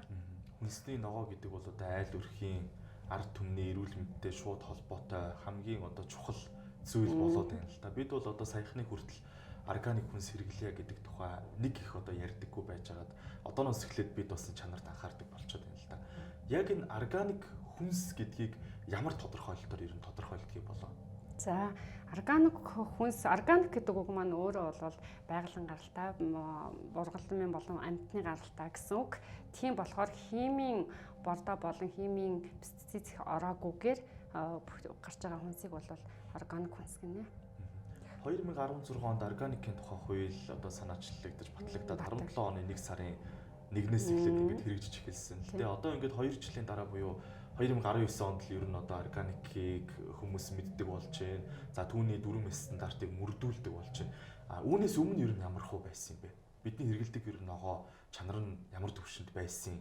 Дээрээс нь одоо юу гэдгийг та бүхэн өөрсдийнхөө жишээн дээр аваад үзэхэд одоо нөхцөл байдал хэрхэн яаж өөрчлөгдөж байна. Энэ тухай та бас ялгааг нь хэлж өгөх. За ерөнхийдөө бол органик хүнсний тухай хууль бол байгалийн гаралтай цэвэр органик гэсэн 3 үг маань бол яг органик хүнсийг одоо органик гэдгийг баталгаажуулж гэрчилнэ гэсэн байна. Тэгэхээр эхлээд бол одоо бид нар хүнсний тухай хуулиас өмнө бол ерөөсөө хүн бүхэн өөрсдөө дураараа тийм миний одоо үйлдвэрлэл гаргасан бүтээгдэхүүнээ органик байгалийн цэвэр гэж хэлдэг байсан бол органик хүнсний тухай хууль маань хэрэгжснээр одоо яг хамтын баталгаажуулалтын байгууллагаараа яг ингээд уул мөрийн мөшгөн ингээд бүрдүүлээд тэгээд баталгаажуулснараа бол яг органик хүнс маань одоо яг баталгаажаад эргэх эзэнтэйгээр бол гарч ирж байгаа. Тий. За одоо та бүхний хувьд бол ингээд дундын хоршоолтой болоод баталгаажуулалтын байгууллагатай болоод ингээд эхнийхээ бүтээгдэхүүнүүдийг хэрэглэгчдийн гарт хүргээд эхэлчлээ л дээ. Яг ямар өөрчлөлт гарсан бэ? Та бүхний хувьд органик гэдэг одоо тэр стандартыг хэрхэн яаж мөрдүүлж байна вэ? За бид бол мэдээж ургамлыг тарихын тулд бол хөрс уснаас эхлэн тий. Ялангуяа манайх бол төмс хүнсний ногоон дээр хийж байгаа. Тийм болохоор энэ органик хүнсний тухай хуулийг Сэлэнг аймагт хэрэгжүүлж байгаа органик хөдөө аж ахуйн түнш төслийн маань зүгээс Дархан уул аймгийн газар тариалангийн хүрээлэнгээс бол яг энэ төсөлд хамрагж байгаа ногоочдын хөрс усны дээжийг бол ингээд албан ёсны байгууллагаар нь ахуулаад энэ маань ингээд газар маань хөрс ус маань тэнцээд ирэнгууд нь одоо үр бол маш хаанаас ямар гаралтай ямар үрийг аваад хэдийн хэмжээний талбайд хэр зэргийг тариад ямар борлуулалт хийж байгаадаг уул мөрөнд мөшгсөн энэ талбайн түүхийн дэвтрийг бол хөтлүүлж байгаа. Энэ талбайн түүхийн дэвтэр маань хөтлөгдөөд энэ хүн маань яг органикаар тариалт бэлдээд ирэнгууд тэр хүмбийн химийн гаралтай бордоо болон синтетик хорыг бол хэрэглэхгүй гэдгээ бол гэрчлээд химийн хор бордооноос татгалзаж байна гэдгээ бол гэрчилсэн юм тангараг бол өргөж байгаа. Ингээд тангаргаа өргөсний дараагаар энэ үйл ажиллагаанд яваад тариалтан дээр нь дотоод хяналт болон хөндлөнгийн хяналт явагдаад тариалт бүтээгдэхүүн гараад ирнэ шүү дээ. Тэгэнгүүт өөрөөсөө бид нар ч одоо нөө ихтгэлцлийн байгууллага. Тэгэхээр өөрөөсөө хянан дотоод хяналтаа явуулаад хөндлөнгийн хяналтаа явуулаад тэгээд хүнс хөдөө аж ахуйн хөнгөн үйлдвэрийн яамныхаа органик хүнсний бүртгэл мэдээллийн сандаа бүртгүүлж байгаа. Бүртгүүлнэ.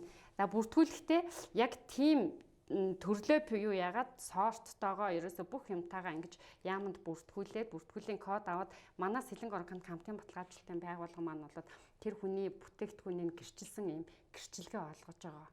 Тэгээд одоо сав баглаа бодлон бид нар шийдээд одоо энэ дээр бол энэ ингэж байж гэн одоо энэ Эрдэнэчим гэдэг хүнийх байна. Тэгэхээр энийг мэдээллийн саналуугаа хэрэглэгч маань аваад оруулангууд энэ хэний бүтээгдэхүүн бэ гэдгийг нь бол одоо мэдэх боломжтой ийм нэлээд болж байна.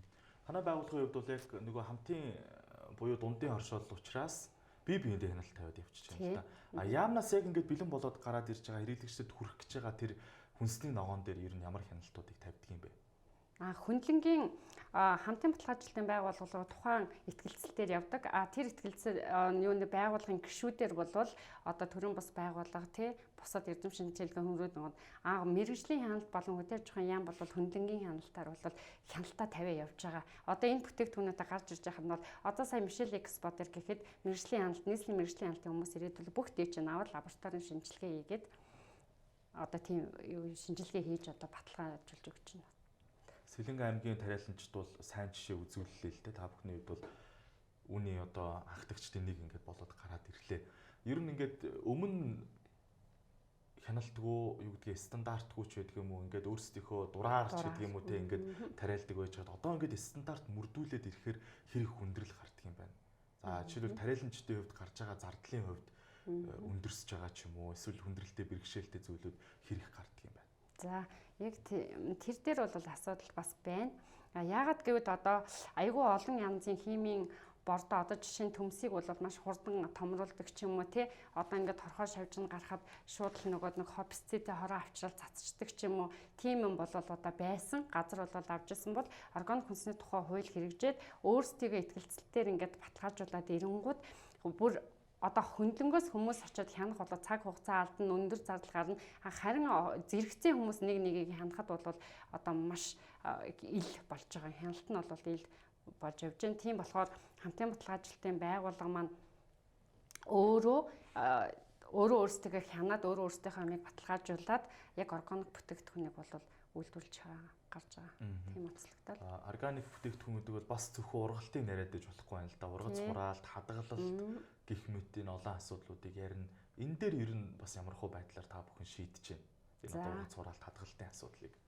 За энэ дээр бол бид нар яг анхан шатны хоршоодууд нь гişүүд рүүгээ анхаарлаа хандуулад тухайн ногооч нь бол өөрийнхөө хариуцсан газар дээрх өөрийнхөө бүтээгдэхүүний хүнсний ногоонуудаа бол яг үйлдвэрлэж явчихж байгаа. Тэгээд анхан шатны хоршоодоос нэгдэхэд дундын хоршоогоороо дамжуулаад дундын хоршоо бол хэрэглэгчдэд хүргэж байна. Зойрны хадгалалтын хувьд бол манаас Хилэнг аймагч нь бол бас ингээд нөгөө энгийн зойр болон нүхэн зойрыг бол ашигладаг. Тэр зойрноор явж байна. Биднээсийн хувьд бол одоо түрээсэн зойронд хийгээд тэгээ бүтээгдэхүүнээ гаргаж зах зээлд гаргаж байна. Сав баглаа буудлын хувьд бас органик сонголтыг хийсэн байх ч юм. Та сав баглаа буудлынхаа тухай манай үзэгчдэд танилцуулахгүй юу? За бид бол мэдээж анханаас нь ингээд нөгөө хөрс ус өрнөөс нь ахуулаад тэгээд бас нөгөө тариалтын үйл явцад нь бол бүгдөө ингээд органикаар хийгээд эхэлсэн болохоор сав баглаа бодол маань бас органик байх ёстой. Тийм болохоор бид нэр одоо даавн уут болон тааран уут бага хэмжээний бол юм цаасан ийм уутын сав баглаа бодолтойгоо гаргаж байгаа. Хамгийн чухал зүйл нь бол бид нэр шилжилтийн Монгол улсынхаа шилжилтийн үеийн шал органикын шал логог авсан. Дээрээс нь бүртгэлжүүлээд одоо хэрэглэгчид одоо нэг хэний имийг идээд байгаа юм бэ гэдгийг нь одоо тодорхой болгож өгөхөр энэ шашгатаа ингээ гаргаж байгаа.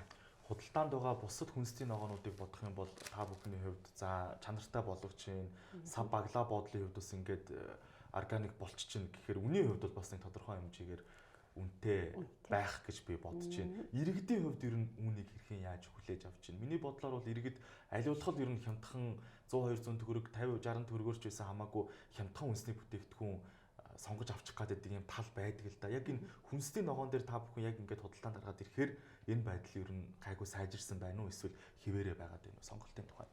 За сонголтын тухайд бол мэдээж органик бүтээгдэхүүн бол яг одоо уламжлалаар тарьж байгаагаас бол өндөр үнэтэй гарна. Яагаад гэвэл нэг одоо өнөөдрөөр ботход энд нэг ногооч ингээд одоо яг био бордоогоо хийгээд өөрөө гараараа зэрлэгээ цулгаагаад хийж байгаа. Энд их массаар тарьчаад нэг химийнхаа амийг хэрэглээд ингээд гаргаж байгаа хоёрын юу бол харьцангуй өөр. Тийм болохоор бид нар яг органик дээр хийж байгаа болохоор үнийн хувьд бол 300-аас 500 төгрөгийн бол зөрөөтэйгээр гарч ирж байгаа. Хэрэглэгчдийн хувьд бол манай хэрэглэгчд одоо бас өөрсдийнхөө эрүүл мэндэд бол аюул анхаардаг болсон байна.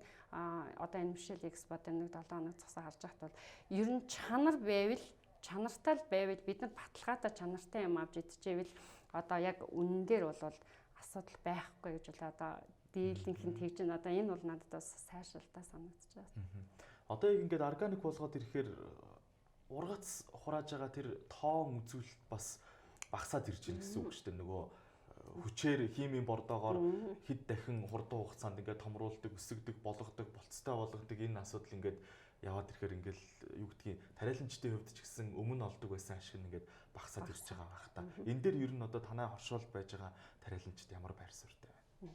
За яг наад асуулч юм бол маш сайхан байна. Мэдээж те яг ингээд нэг уламжлал гараараа ингээд хийж байгаа хүн хор бордоо хүчтэй юм эргэлж байгаа хоёр хонд бол ялгаа бол зөрүүтэй байгаа. Энэ бол нөгөө бизнес хийж байгаа хүн мөнгөө удах юм бол арай ахиу одоо ашиг олох тэр замыг сонгох гэдэг тийм ээ. Тэгтэл яг манай энэ тариаланчд одоо ногоочдын хувьд бол бид нар мөнгө олохоосоо илүүгээр яг одоо яг Монгол улстай яг эрүүл хүнсийг гаргая гэдэг эрмэлзэлтэй байгаа. Энэ төсөл ер нь хамрагдсан хүмүүст одоо энэ зунжангаа агч нь одоо цуг ногоочтойгоо ингээд ажиллаад байж хаад бол харахад ерөөсөө л яг органикоор бид нэр тариулаад органик хүнснийхээ тухай хуулийг яг мөрдөөд эрүүл хүнсийг хэрэглэгчдэд чанартайгаар гаргаж өгье гэж бол ажиллаж байгаа нь бас бахархууштай байгаа. Төрөөс ер нь хэр дэмжлэг үзүүлж байна. Энд чинь бол одоо юу гэдгийг яг төрөөс төр баталсан байгаа хуулийн заалтыг хэрэгжүүлж байгаа, бодит амьдрал дээр бий болгож байгаа цөөхөн тохиолдлуудын нэг байгаад байна шүү дээ. Тэгэхээр яг танай одоо энэ гаргаж ирсэн жишгийг өөр одоо аймагуудад, өөр газруудад бий болгох тал дээр бас төрөөс ирхий яаж анхаарч байна. За манай аймгийн хувьд бол манай аймгийн хөдөө аж ахуйн газар болон сумдуудын агрономч болоод бид нартэй байнга холбоотой ажилладаг. Угаасаа ялангуяа сумдуудын агрономч бол өдөр тутмын уул мөрөг мөшгөх одоо түүх халбаан түүхийн дэвтрийг хянах тий гарал үүслийн гаргах хамтар дээр бол хамтарч ажиллаж байгаа. Яг ингээд улс орны хувьд бол энэ органик хүнсний тухай хууль маань өөрөө яг мөрдөд ажиллахад бол нээлттэй одоо хаанч одоо нэг хамтын баталгаажлалтын байгууллагыг байгуулад яг энэ итгэлцэлтээр тулгуурлаад явах боломжтой байгаа болохоор бусад аймагуд манаас одоо энэ органик хүнсний тухай хуулийг хэрэгжүүлэхэд бол оролцох байх нь. За зах зээл дээр органик хүнсний ногоо гараад худалдаанд гараад эхэлчлээ. За бусад хүнсний ногоонууд ямар зарчмаар, ямар байдлаар ер нь гэж худалдаанд гарч бидний гар дээр ирдэг юм бэ? Та бүхний хувьд бол одоо юу гэдгийг дөнгөж худалдаанд гарч байгаа учраас иргэдийн хувьд бол тодорхой хэмжээнд л хэрэглээд байгаа болохоос биш бидний яг одоо өдөр тутамдаа хэрэглэж байгаа хүнсний ногоонуудын хувьд бол органик бус гэдэг ангилалтай байгаад байгаа шүү. Тэгэхээр яг энэ бусад газруудын, бусад одоо хүнсний ногоонуудын яг байгаа нөхцөл байдал ер нь ямар хөө байна? Тэрэн дээр тавьдаг хяналт шалгалт гэж байдаг юм болов уу? За яг энэ дээр бол одоо одоо жишээ нь яг би Мишель дээр жишээ авъя. Мишелийн гадна талд бол одоо 21 аймгийн маань одоо ногоочд ирээд бүтээгдэхүүнээ зарж байна тий. Тэгэхээр бид нар бол Мишель дотор яг ингээ органикоор баталгаажуулсан гэдэг одоо ингээ гэрчлэгээтэйгээр баталгаажуулсангаар ингээ зарж байна. Тэгэхээр яг гадаа байгаа иргэдэд бол бас яг юу яж нь л да. Бид нар ч гэсэн адилхан органикоор тарьж байгаа тий. Органикоор тарьж байгаа. Тэгээд бид нар органикоор тарьж байгаа боловч яг органик бус юм шиг ингэж нэг органик гэж бусад одоо энэ сэлэнг органик хамтын баталгаажтайхан байгууллагын ялгараад байна гэдэг бол сая бас гарч ирсэн. Тэгэхээр бид нар юу гэж хэлэх гээд байгаа юм бэ гэхээр органик хүнсний тухай хуулийг хэрэгжүүлээд манай иргэд маань өөрсдөө хамтын итгэлцэлтэй тулгуурсан хамтын баталгаажлалтын байгууллага байгуулад яг энэ уул мөрөөрөө ингээд гიშгэд мөшгсөөр ингээд хийгээд хяналтан дээр тавиад өөртөө сав баглаа байдлыг сайжруулад тэгээд бүтээгдэхүүнээ зах зээлд органикаар гаргах боломж байгаа. Яг танах шиг органик хүнсний ногоо үйлдвэрлэж байгаа, бэлтгэж байгаа ер нь газрууд өөр байна уу? За одоо хамгийн анхны байгуулагдсан нэг хамтын баталгаажлалтын байгууллага байгаа. Тэгээ манайх бол хоёр дахь нь тэгэхээр одоо дахиж бол одоо араасаа гарч ирэх байхаа. Яг төмс хүнсний ногоон дээр яг ногоочд нэгдсэн нь бол манай сэлэнг органик хамтын баталгаажлалтын байгууллага байна. За энэ намрын хувьд ер нь ургац хураалт ямар хуу байна? Тэгээд одоо та бүхний хураасан ургац хэдэн тонн болж байна? Ер нь одоо ард иргэдийн, Улаанбаатарчуудын, сэлэнгчүүдийн ер нь хэрэгцээг хангах хэмжээнд ер нь байж чадж байгаа юу? Энэ дээр та бүхэн ер нь тооцоол хийж дүн гаргасан ийм зүйл байгаа болов? За байгаа. Бид нар бол яг органик одоо органик хөдөө аж ахуйн түншил төсөлд хамрагдсан 11 сумын 30 анхан шатны оршоо маань бол органик талбай нь бол тариалт нь бол 80.9 га дээр одоо хөрс усныхаа дээжийг өгөөд 62.5 гад нь бол яг тариалтаа явагдуулаад одоо бүтээгдэхүүнээ бол юу яаж чинь хурааж авч байна. Биднээсийн одоо яг ингээ бүтээгдэхүүн хураалтын үеийн мэдээгээр бол төмс байцаа луун гур болоо илүү төлхөө хэмжээгээр хурааж байгаа. Сая бол одоо Мишель Экспо зохион байгуулагдсан намрын ногоон өдрүүд одоо энэ ажлын хүрээнд та бүхэн өөрсдийнхөө ногоонуудыг иргэдэд худалдаасан гэж ойлгож болохоор шүү тийм ээ.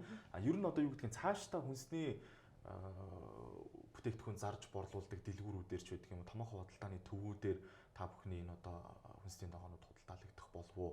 Борлуулах цэгүүдээ ер нь хэрхэн яаж тодорхойлж байна? За бид 8 сарын 21-ээс эхлээд барилгачдын талбай дээр сэлэнг органик гэсэн асрыг бол ажилуулад байж байгаа.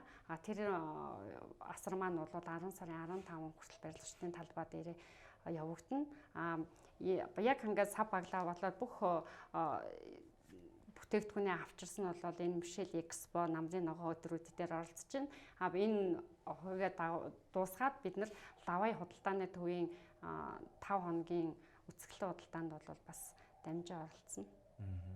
За танай байгууллагын хувьд одоо юу гэдгийг дахиад шинэ хүмүүс элсүүлэх, нэгдэх одоо үйл ажиллагааныхаа цар хүрээг илүү одоо том болгох, органик одоо бүтээгдэхүүнийг хүнсний ногоог Сэлэнг аймаг даяараа ч юм уу эсвэл одоо ойрын аймагуудтай ингээд хамтраад хийх төлөвлөгөө байгаа болов уу? За тэр бол одоо бидэнд байгаа. Яагаад гэвэл хоршоо маань өөрөө гишин төвтэй байгууллага байдаг. Сэлэнг органик хамтын баталгаажлалтын байгууллага маань бас өөрсдөө би органикоор одоо тухайн ногоо чинь сайн дурын үндсэн дээр би органикоор ногоо тариална гэж тангараг өргөд орж ирэх юм бол нээлттэй байгаа. За Монгол улсын хэмжээнд бол нөгөө хүнсний ногоо тариалалтын хөрсний асуудал их одоо асуудал тооцогдож явдаг л да. Хөрс муу байна, чанаргүй байна. Тэндэд ургаж байгаа ногоонууд төдий хэмжээгээр бас одоо органик бусч байдаг юм уу ингэж гарах тохиолдлууд байна гэсэн ийм зүйлүүд байдаг л да. Та бүхний хувьд энэ хөрсний чанарын асуудал дээр ямар хөө байдлаар ханддаг юм бэ? Яг одоо байгалаар нь сайн одоо хөрстэй газар сонгож тариалалтаа хийж гин үү? Эсвэл түүнийг сайжруулахын тулд бас анхаарч ажиллаж байна уу? За бидний хувьд бол яг одоо барьж байгаа юм маань бол энэ дархны хүрээлэнгээс гарсан энэ юу байгаа. Энэ дээр одоо яг тухайн иргэн маань өөрөө энэ дээр би яг органикаар тариална гэсэн талбайнаас нь бол дээж авахулсан. Яг эрдийн нөхцөл болж байна гэдэг дээр нь хийж байгаа. Тийм мэдээж сайжруулах бол юм гэж байгаа. Тэрэн дээр нь бид нар бол одоо компостон бордоо болон одоо малын гаралтай бууцаа боловсруулад хийх одоо тийм био бордоонуудыг бол хэрэгжилж одоо тариалтаа явуулж байна. За баярлалаа танд. За баярлалаа. Үзэгчдээ Сэлэнг 5 хайрхан дундын хоршоо за 177 хүний нэгдэл одоо Монгол улсад органик хамтын ажиллагааны одоо баталгаажлалтын байгууллагыг байгуулж органик хүнсний ногоо худалдаанд гаргасан байна. Бид энэ сайн жишээтэй та бүхнийг танилцууллаа. Манай студид Сэлэнг 5 хайрхан дундын хоршооны дарга оюун туяа өргөдөн ирж ярилцлага өглөө. Монголын мэдээ телевизийн онцлох зочныг ярилцлагад анхаарлаа хандуулсанд баярлалаа. Одоо лав гарагт улсын их оронд болсон онцлох мэдээллийг хүргэе. За хамгийн ихний мэдээ эрдэмтдийн шин бүтээл сэдвийн хүрээнд бэлтгэсэн сурвалжлага байна. Монгол эрдэмтэд үхрийн арьс ширнээс хүний хүч тамирыг сэргээх бүтээгдэхүүнийг гарган авч байна. Манай улс 70 гаруй сая малтайч малын арьс шир үнгүйдэж хог дээр хаягдж байгаа юм а. Тэгвэл химийн технологийн эрдэмтэд нэг үхрийн ширнээс 3.5 кг коллаген гарган авч 300 мянган төгрөгийн ашиг олох боломж байгааг судлаачид хэлж байна. Гаргаж авсан бүтээгдэхүүнүүд маань бол одоо амин хүчил пептидүүдээс тогтдог төрөл бүрийн өвчнөөс үүдэлтэйгээр ясны сэргэжил одоо үүссэн байж болно. Хүний арьс одоо хөрсөө унжиж одоо тэг хөгшрөх процесс явагдана. Эдгээр бүхнийг одоо давамтуулж яхад нүхэн сэргээхэд бол коллаген уургийг бол зайлшгүй хүн авах шаардлагатай байдаг баха. Нийслэл хотол гэхэд агаар хөрсний бохирдол маш ихтэй байгаа. За тэгвэл химийн технологийн эрдэмтэн судлаачид за миний гарт байгаа нарс хусны модноос за эфирийн тос гаргаж авсан байна. За энэ бүтээл нь бол иргэдийн уушгийг цэвэрлэх шинжлэх ухааны туршилтан дээр нотлогдсон байгаамаа. Одоо яг энэ та бүхний харж байгаа энэ багчанд бол яг үнэг дургамлаа усны ураар нэрээд эфирийн тосоо ялгаж авч байгаа процесс бол харагдаж байгаа. Судалгааны үр дүнд бий болсон маш олон загвар бүтээгдэхүүнүүд байдаг. Гэвч одоо яг ингээд судалгаанд суурилсан бүтээгдэхүүнээ үйлдвэрлээ зах зээлд нэвтрүүлээ гэхэд бол одоо яг энэ нөгөө инновацийн төслийн хөрөнгө санхүүжилт айгүй дутагдaltaй. Модны хаягдлаар хийж байгаа энэ эфирийн тосыг агаар цэвэршүүлэгчид нэг туслыг л хийхэд бидний амьсгалж байгаа агаарын ням бактерийг дарангуйж байна. Одоогоор санхүүгийн дэмжлэгээс шалтгаалаад тухайн бүтээгдэхүүнийг маш бага хэмжээгээр үйлдвэрлэж байна. За зарим манай бүтээгдэхүүнүүд бол бас эхнээсээ бас одоо үйлдвэр практик нэвтрэх ийм ажлууд бас хийгдэж байна. Гэхдээ энэ бол манай Монголд бол маш муу. Одоо бидний одоо хийсэн судалгаа шинжилгээний үр дүн боловсруулсан технологиуд бол ер нь бол тэгээд тайлан хэлбэрээр л одоо тийм ээ хадгалагдаж үлддэг. Эрдэмтдийн хийсэн шинэ бүтээгдэхүүн эх орондоо танигдж амжаагүй байхад өндөр хөгжилтэй улсын хамгийн шилдэг шагналыг авах нь бий. Тухайлбал пивний дороож шар сүүнээс гаргаж авсан холимог уурга бүтээлээр Монгол эрдэмтэд дэлхийн оюуны өмчийн газраас алтан медаль авчээ. Гэвч энэ бүтээгдэхүүн санхүүгийн дэмжлэггүйгээс болоод иргэдийн гар дээр хүрч чадаагүй л байна. Нийслэлийн мэрэгжлийн ялтын газраас нийслэлийн хэмжээнд үйл ажиллагаа явуулж байгаа ерөнхий боловсролын сургуулиуд хэрэгжиж байгаа үдийн цай хөтөлбөр болон сургуулиудын цайны газрын үйл ажиллагаанд хяналт шалгалт хийсэн байна. Шалгалтаар 42% нь зориулалтын бус байранд цайны газрын үйл ажиллагаа явуулдаг нь илэрчээ. Төрийн сангийн санхүүжилтийн тоног төхөөрөмж нийлүүлэх огсрох ажлын хүрээнд энэ Сүхбаатар дүүргийн 2, 4, 3, 16 дугаар сургуулиуд бол энэ гэрээний дагуу чиглэл гэж компани хүнсний үдийн цайны зориултаар бол энэ хүнсний сайнны аяга тавг нийлүүлэх ёстой гэрээ хийсэн. Гэтэл бол энэ нийлүүлсэн аяга тавг нь бол хүнсний зорилтын бус аяга тавгийг нийлүүлсэн байж байгаа. За бид нар энэ дээр нь тухайн одоо хүнсний бус зорилтын аяга тавг нийлүүлсэн засгийн газрын 496 дахь тогтоолыг зөрчиж байна гэдгээр одоо тухайн одоо аяга тавгийг бол нийлүүлэхийг бол сургуулийн удирдлагууд болон тухайн одоо нийслэлийн хөрөнгө оруулалтын газарт бол боломжилж энэ үйл ажиллагааг зогсоосон байж байгаа. За ер нь энэ кино шалгалтын явцад бид нар ямар арга хэмжээ авсан бэ гэдэг. За нийтдээ арчилсан 900 шинжилгээ, усны шинжилгээ 75, хоолны илчлэг тодорхойлох. Одоо нэг хүүхдүүдийн өгч байгаа хоол маань яг илчлэг нормдоо хүрч ийн үгүй юу гэдэгтээ бид нар бас тухайн одоо үдийн цайд нийлүүлж байгаа, аж ахуйн нэгжид нийлүүлж байгаа хоолноос нь дээж авч лаборатори шинжилүүлж тэр илчлэг за хүнсний аюулгүй байдлын шаардлага хангаж байгааг үгүй гэдэг дээр бол лабораторийн шинжилгээтэй хяналт шалгалт хийдэг. За нийт ингээд 55 дээж авч шинжилсэн. За ер нь бол энэ дээр тухайн илчлэг үүсгэхээс гадна аюулгүй байдлын шаардлага хангаж байна уу гэдэг дээр бид үзсэн байж байгаа. Тэгэхээр бол энэ 55 дээж дээр бол ямар нэгэн тийм илчлэгийн хэмжээ одоо ч 340 байгаа тий.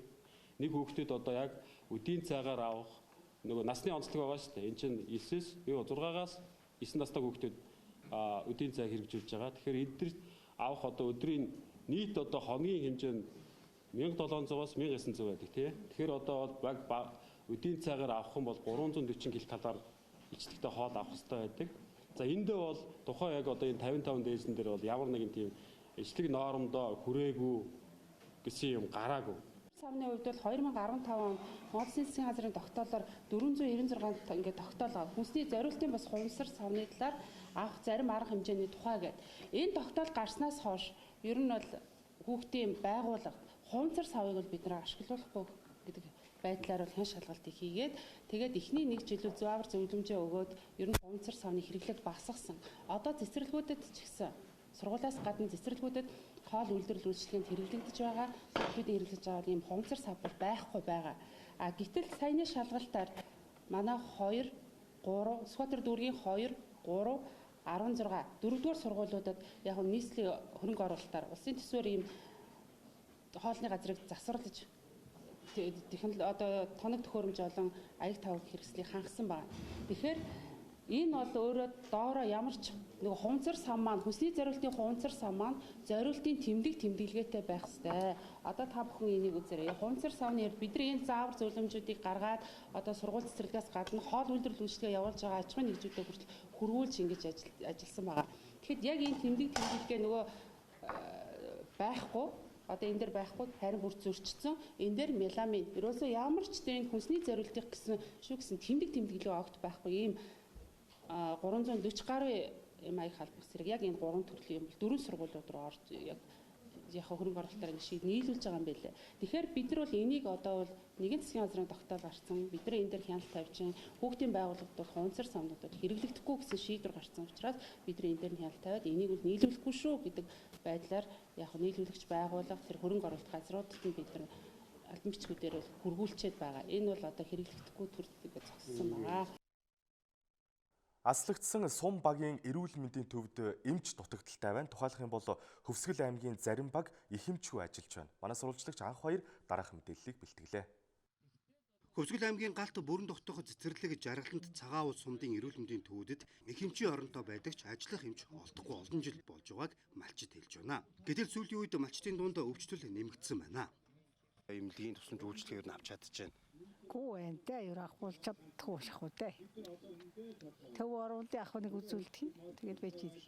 Боломж нь байдаг ч хүү заримтай байхтараа хүчрдэг ч хүү тэгэл өнгөрцөн л байдаг. Юу муу нэрдэг ч хүү зараа баран тэгэл. Үзүүлэх хөө хансдаг. Үзүүлэх хөө юм тийм бай. Тэмэл цад яваад зодох.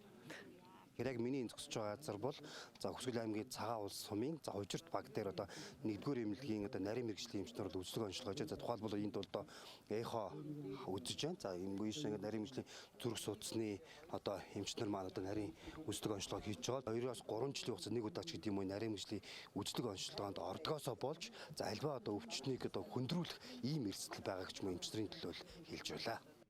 Нарийн мэрэгжлийн эмчнэр хөдөөгийн малчтад үзлэг онцлогоо хийснээр хорт хавдар болон бусад өвчнийг эрт илрүүлж цаг алдахгүй эмчилгээ хийх боломжийг олгож байгаа нь энэ юм а.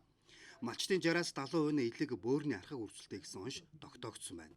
Мөн буруу хооллолт давсны хит их хэрэглээтэй холбоотой өвчлөл нэмэгдэж байгаагч эмчнэр анхааруулж байлаа. Тэр ингээ газар дээр нарийн мэрэгжлийн эмчнэр үзээд зөвлөгөө өгөөд бас байгаа юм тариа шинжилгээ янз бүрийн баас тоног төхөөрөмж хөвслөг хийж байгаа. Одоо бас өгөөжтэй. Хавдар өвчин бол бас нэлээ их хэмжээний тархамд байдаг. Орон нутагт ажиллаж байгаа эмч нарын цалин урамшууллыг хангалттай олгож иргэдийн эрүүл мэндийн тусламж үйлчилгээг сайжруулах шаардлагатай байгааг малчид хэлж байсан юм а. Монгол Улсын ерөнхий сайд 5 гарагт Хөвсгөл аймагт ажиллалаа. Хөвсгөл аймгийнхан аялал жуулчлалаа түшиглэх боломж өндөр байна. Иймээс зам харгуйг сайжруулах шаардлагатай байгааг аймгийн иргэд хэлж байна. Хөвсгөл аймагт хөгжлийн бэрхшээлтэй 6000 гаруй иргэн байна. Тэднийг хөтөлбөр эрхлэхэд дэмжих, бие даасан төвтэй болоход анхаарч өгөхийг хүсэж байсан юм а. Мөн тэд зээлийн хүүний асуудлыг ч хөндлөө. Төр засгаас тийм мөнгө төгрөг тусламж үзүүлээч. Төсөл хөтөлбөрт оролцъё гэж ганц ч гуугаагүй. Өөрсдийнхөө бор зүрхээр ажил хөдөлмөрөө аж амьдралаа дэвшлүүлэл явж байна. Биднэрт юу хэрэгтэй байна уу гэхээр ерөөсөө зээлийн хүүнээс жоохон бууруулж өгөх арга байна уу гэдгийг одоо ганц хүсэх юм тэр байна. Нэг жоохон зайрамгийн цэгтэй, нэг талхтай жижиг үйлдвэрлэл бас эрхэлдэг 74 настай. Нэг жилийн өмнө 100 мянгаыг төлсөн, энэ жил 159 мянган төгрөг сард төлж байна. Энэ хөдөө шөнийн тариф гэж байж болохгүй юу? Бид эрчим хүчнийхээ 20% гадаадаас авдаг. Тийм ээ? Орчин улсын улсаас өдөр тутам авдаг. За энийг валютаар тоосдог юм аа гişүнэ. 1250 байсан долларын ханш өнөөдөр 2600 болсон. 80% өссөн. Гэхдээ бид 80% өсөхгүй байгаа гэж хэлсэн. Хүүхдийн өвчлөл гэж нэг бэлхийн байх юм а. Өвөл болохоо дэгдээд ирдэг. Ор хорон байдгүй. Айлын гэр түр өсөх нь халахгүй байна. Энэ дээр энэ сарын гэрэл сайд энэ онд нэг чин зариг гаргаад нэг 100 хүүхдийн больниц бариулаад өгчих төсөв төлөвлөгөөг 2020 оны төлөвлөгөөнд суулгаж өгөөч гэж хүсэж байна.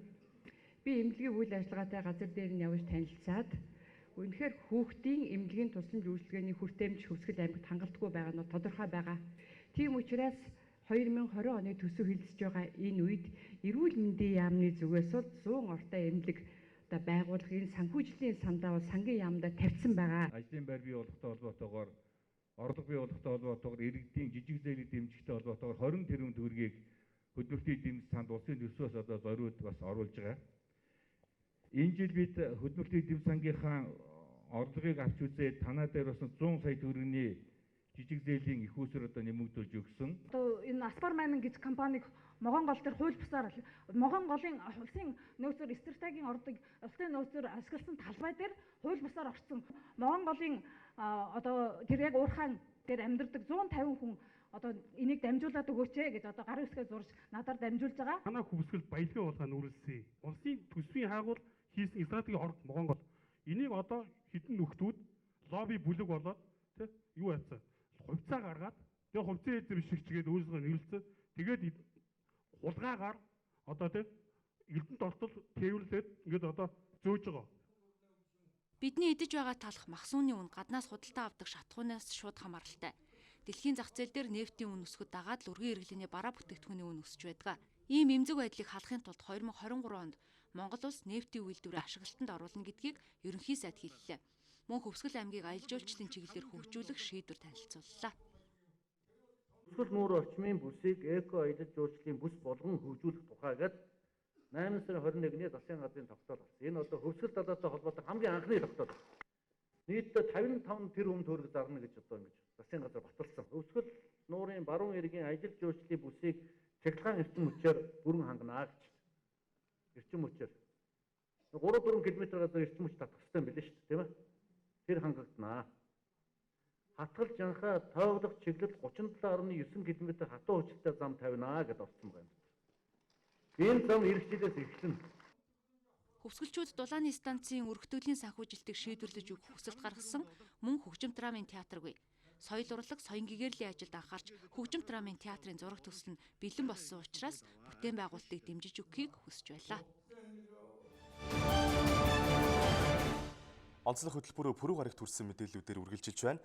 Хөдөө аж ахуйн салбарын энэ оны шинэ инновацийн бүтээгдэхүүний тухай бид эрдэмтдийн шинэ бүтээл болон гараа онцоллоо. Энэ салбарт жилдээ дунджаар 20-30 шинэ инновацийн бүтээгдэхүүн гардаг байна. Манай улс нийт ургацынхаа 40%-ийг шуунаас болж алддаг байна. Тэгвэл шувуу үргээх төхөөрөмжийг залуу эрдэмтэд бий болгожээ. Таны харж байгаа энэ төхөөрөмж нь лазерын тусламжтайгаар шувууг үргээж нэг ёсондоо хамгаалж байгаа юм. Мөн байгаль экологид ээлтэй төдийгүй эдийн засагт эерэг нөлөөтэй судалгаагаар тогтоогдсон байна. Бид нар л яг одоо энэ 200 мөрөлтөөр ажиллаж байгаа төхөөрөмжөө болохоор ер нь бол 1 сая төгрөгөөр заръя гэсэн үнэлгээ үнийн тохируулалт үнэтэй байгаа. Энээс мөн өөр энгийн загвараар буюу хямдхан хийсэн загварууд бас байна л та. Төхөөрөмжийн хамгийн уусаал өртөг шингэсэн зүйл нь лазер. Нарны дэлгэцээр жишээлбэл их хүчтэй авч болж байна. Мөн 200 мөрөлтөөр ажиллаж байгаа учраас энэ бол найдвартай ажил боломжтой. Судалгаагаар тариалангийн талбайг 10 жил ашигласны дараа түүний үржил шимнэ анхныгаас 36% ботлоо буурдаг байна. Иймээс хөрсийг тогтмол бордох, таримл ургамлын ургацыг нэмэгдүүлэх, хордон шавжийг устгах нь чухал. Тэгвэл залуус багштайгаа нийлэн олон талын ажиллагаатай бага урын бороожуулах машиныг бүтээсэн нь энэ юм. Миний энэ хийсэн бороожуулагч болохоор даваа тал нь бордоо цацж болно, услага ээж болно. Тэгээд гэрвцээ цацж, хор цацж болно. Тарим нөгөө хамтан устгадаг. Тэгээд хийсэн даваа тал гэвэл гидртэй хийсэн байгаа. Гидрээр өргөдөг, 2 далавчаа товонгаа өргөдөг. Таримлынхаа ургамлаас хамаарад өндрөөс хамаарад тэгээд гидрээр өргөж багсгадаг. Бэлчээрийн мал аж ахуй эргэх дөрвөн улирал дан ганц байгалийн бэлчээрт эдээшлэхдээ жилийн 240 хоногийн турш хагад өвс иддэг. Үүнээс болж тижэл болон уургийн дутагдалт удаан хугацаанд орж байгааг тогтоосон байна. Эрдэмтэд малыг уургаар хэрхэн нөхөж болох судалгаа явуулсны эцэст бууцх дургамал ашиглан тижээлийн уург гаргаж авахар болсон нь инновацийн шинэ бүтээгдэхүүн болжээ. Яагаад энэ тижээлүүдийг үйлдвэрлэж байгаа юм бэ гэхээр энэ тижээлүүд маань нэгдүгээр манай эх орондоо үйлдвэрлэж байна. Тэгээд эх орондоо үйлдвэрлэж байгаа гэдэг нь нэгдүгээр энэ чинь зардал мөнгнөөс ахуулаад гарах 1 кг-д одоо гарах өртгөн хямдхан өндөр ашиг шимтэй энэ эрчимцэн аж ахуйнуудад ашиглаж байгаа. Эрчимцэн аж ахуйнуудад ингээд ашиглаад явхлаар нэгдүгээр тижээлийн өртөг буурна. Хөдөө аж ахуйн салбарт гарч байгаа шинэ инновацийн бүтээгдэхүүнүүд нь бүгд байгаль экологид ээлтэй, хөдөлмөрийн бүтээмж өндөр, үр дүн богино хугацаанд гардагаараа ялгаатай. Гэтэл шинэ бүтээгдэхүүн үнэлэгдэж чадахгүй үзмэр төдий үлдэх эрсдэл байгааг салбарын төлөөлөл хэллээ. Харамсалтайгаар одоо инновацийн гэдэг нь мэдлэг баялаг болох юм тогтолцоо маань Монгол орнд одоо иж бүрнээрээ бусад хөгжимгүй орнуудын шиг хүрээлэн тогтож чадаагүй учраас тэр үр дүнгээ одоо ашиг өгч чадахгүй байгаа. Хүрээлэн байгаа орчиндөө хамгийн ээлтэй технологи бид нар бол хэрэгжүүлж байхгүй бол энэ уур амьсгалын өөрчлөлтийн нөлөө чинь Монгол орнд хамгийн ихээр одоо нөлөөлж байгаа бодиттой болчихсон учраас газар тариаландаа бид нэр хөрс хамгаалах, элдийн шүүл үгүй сонгогдсон технологиг одоо хүн болгон мөртгөөсөөр арга байхгүй. Цаашид хөдөө аж ахуйн шинэ бүтээгдэхүүнийг хэрэглээ нэвтрүүлэхэд хууль эрх зүй, санхүүгийн түвшинд дэмжлэг хэрэгтэй байна. Хэрвээ тэдний удаан хугацаанд хөдөлмөрлөж гаргасан бүтээгдэхүүнүүдийг амьдралд хэрэгжүүлээд явбал салбарын хөгжлийг урагшуулах том хөшүүрэг болох юм аа. Хөдөө аж ахуйн салбарын МҮОНРТ-ийн сүлжээний мастер төлөвлөгөө боловсруулах төсөлд салбарын мэргэжилтнүүд гарын үсэг зурлаа. 3 жилийн хугацаатай үргэлжлэх энэхүү төслийн гарын үсэг зурх ёслолоос манай сурвалжлагч Алтан Хишиг дараах мэдээллийг бэлтгээрүүллээ. Манай сурвалжлах хэсэг хүнсүүдийн аж ахуй хөнгөн үйлдвэрийн яам дээр ирлээ. За манай улс бол 70 сая толгой малтай гэдэг боловч за хөдөө аж ахуйн бүтээгдэхүүнээ нэмэн өртөг шингэсэн эцсийн бүтээгдэхүүн болгох тал дээр бол таархан байгаа. За тэгвэл өнөөдөр гол арга хэмжээ нь бол энэ бүтээгдэхүүнийг нэмэн өртөг шингэсэн эцсийн бүтээгдэхүүн болгох бол сайхан үйл явдал боллоо. Өөрөөр хэлбэл хүнсүүдийн аж ахуй хөнгөн үйлдвэрийн яам, сангийн яам, JICA олон улсын байгууллага хамтран за 2020 оноос эхлэн 3 жилийн хугацаатай төсөл хэрэгжүүлэхээр боллоо. За энэний үр дүнд бол маш олон үйлдвэрүүд ашиглалтанд орно. Өөрөөр хэлэх юм бол хамгийн багадаа 20 төсөл дээр одоо энэ салбарууд маань хамтарч ажиллах юм байна. За цаашлаад мах сүүний чиглэлээр бол олон улсын түвшинд хүрсэн үйлдвэрүүд байгуулна гэдгийг салбарын мэргэжилтнүүд хэлж байна. манай улсад бол хөдөө аж ахуйн одоо бүтээгдэхүүний хөгжүүлэх, за дотоодоо хангаа зогсохгүй экспорт гарах юм өндөр боломж байгаа. Энэ боломж бол одоогийн байдлаар хангалтгүй байгаа. Тийм учраас бид бас энэ өртгийн сүлжээний мастер төлөвлөгөө боловсруулах ажлыг энэ Японы JICA-тай, за Ямтайгаа хамтран зохион байгуулах гэж байна. За энэ төсөл хэрэгжлээр бол бас тодорхой хэмжээнд хөгжлийн бодлого төлөлтөндөө суулгаад тэгээ шатгаалтай арга хэмжээ аваад бас одоо манай улсын хөгжилд нэлээд жинтэй хувь нэмэр оруулах ийм төсөл хэрэгжих болно гэж үзэж байна.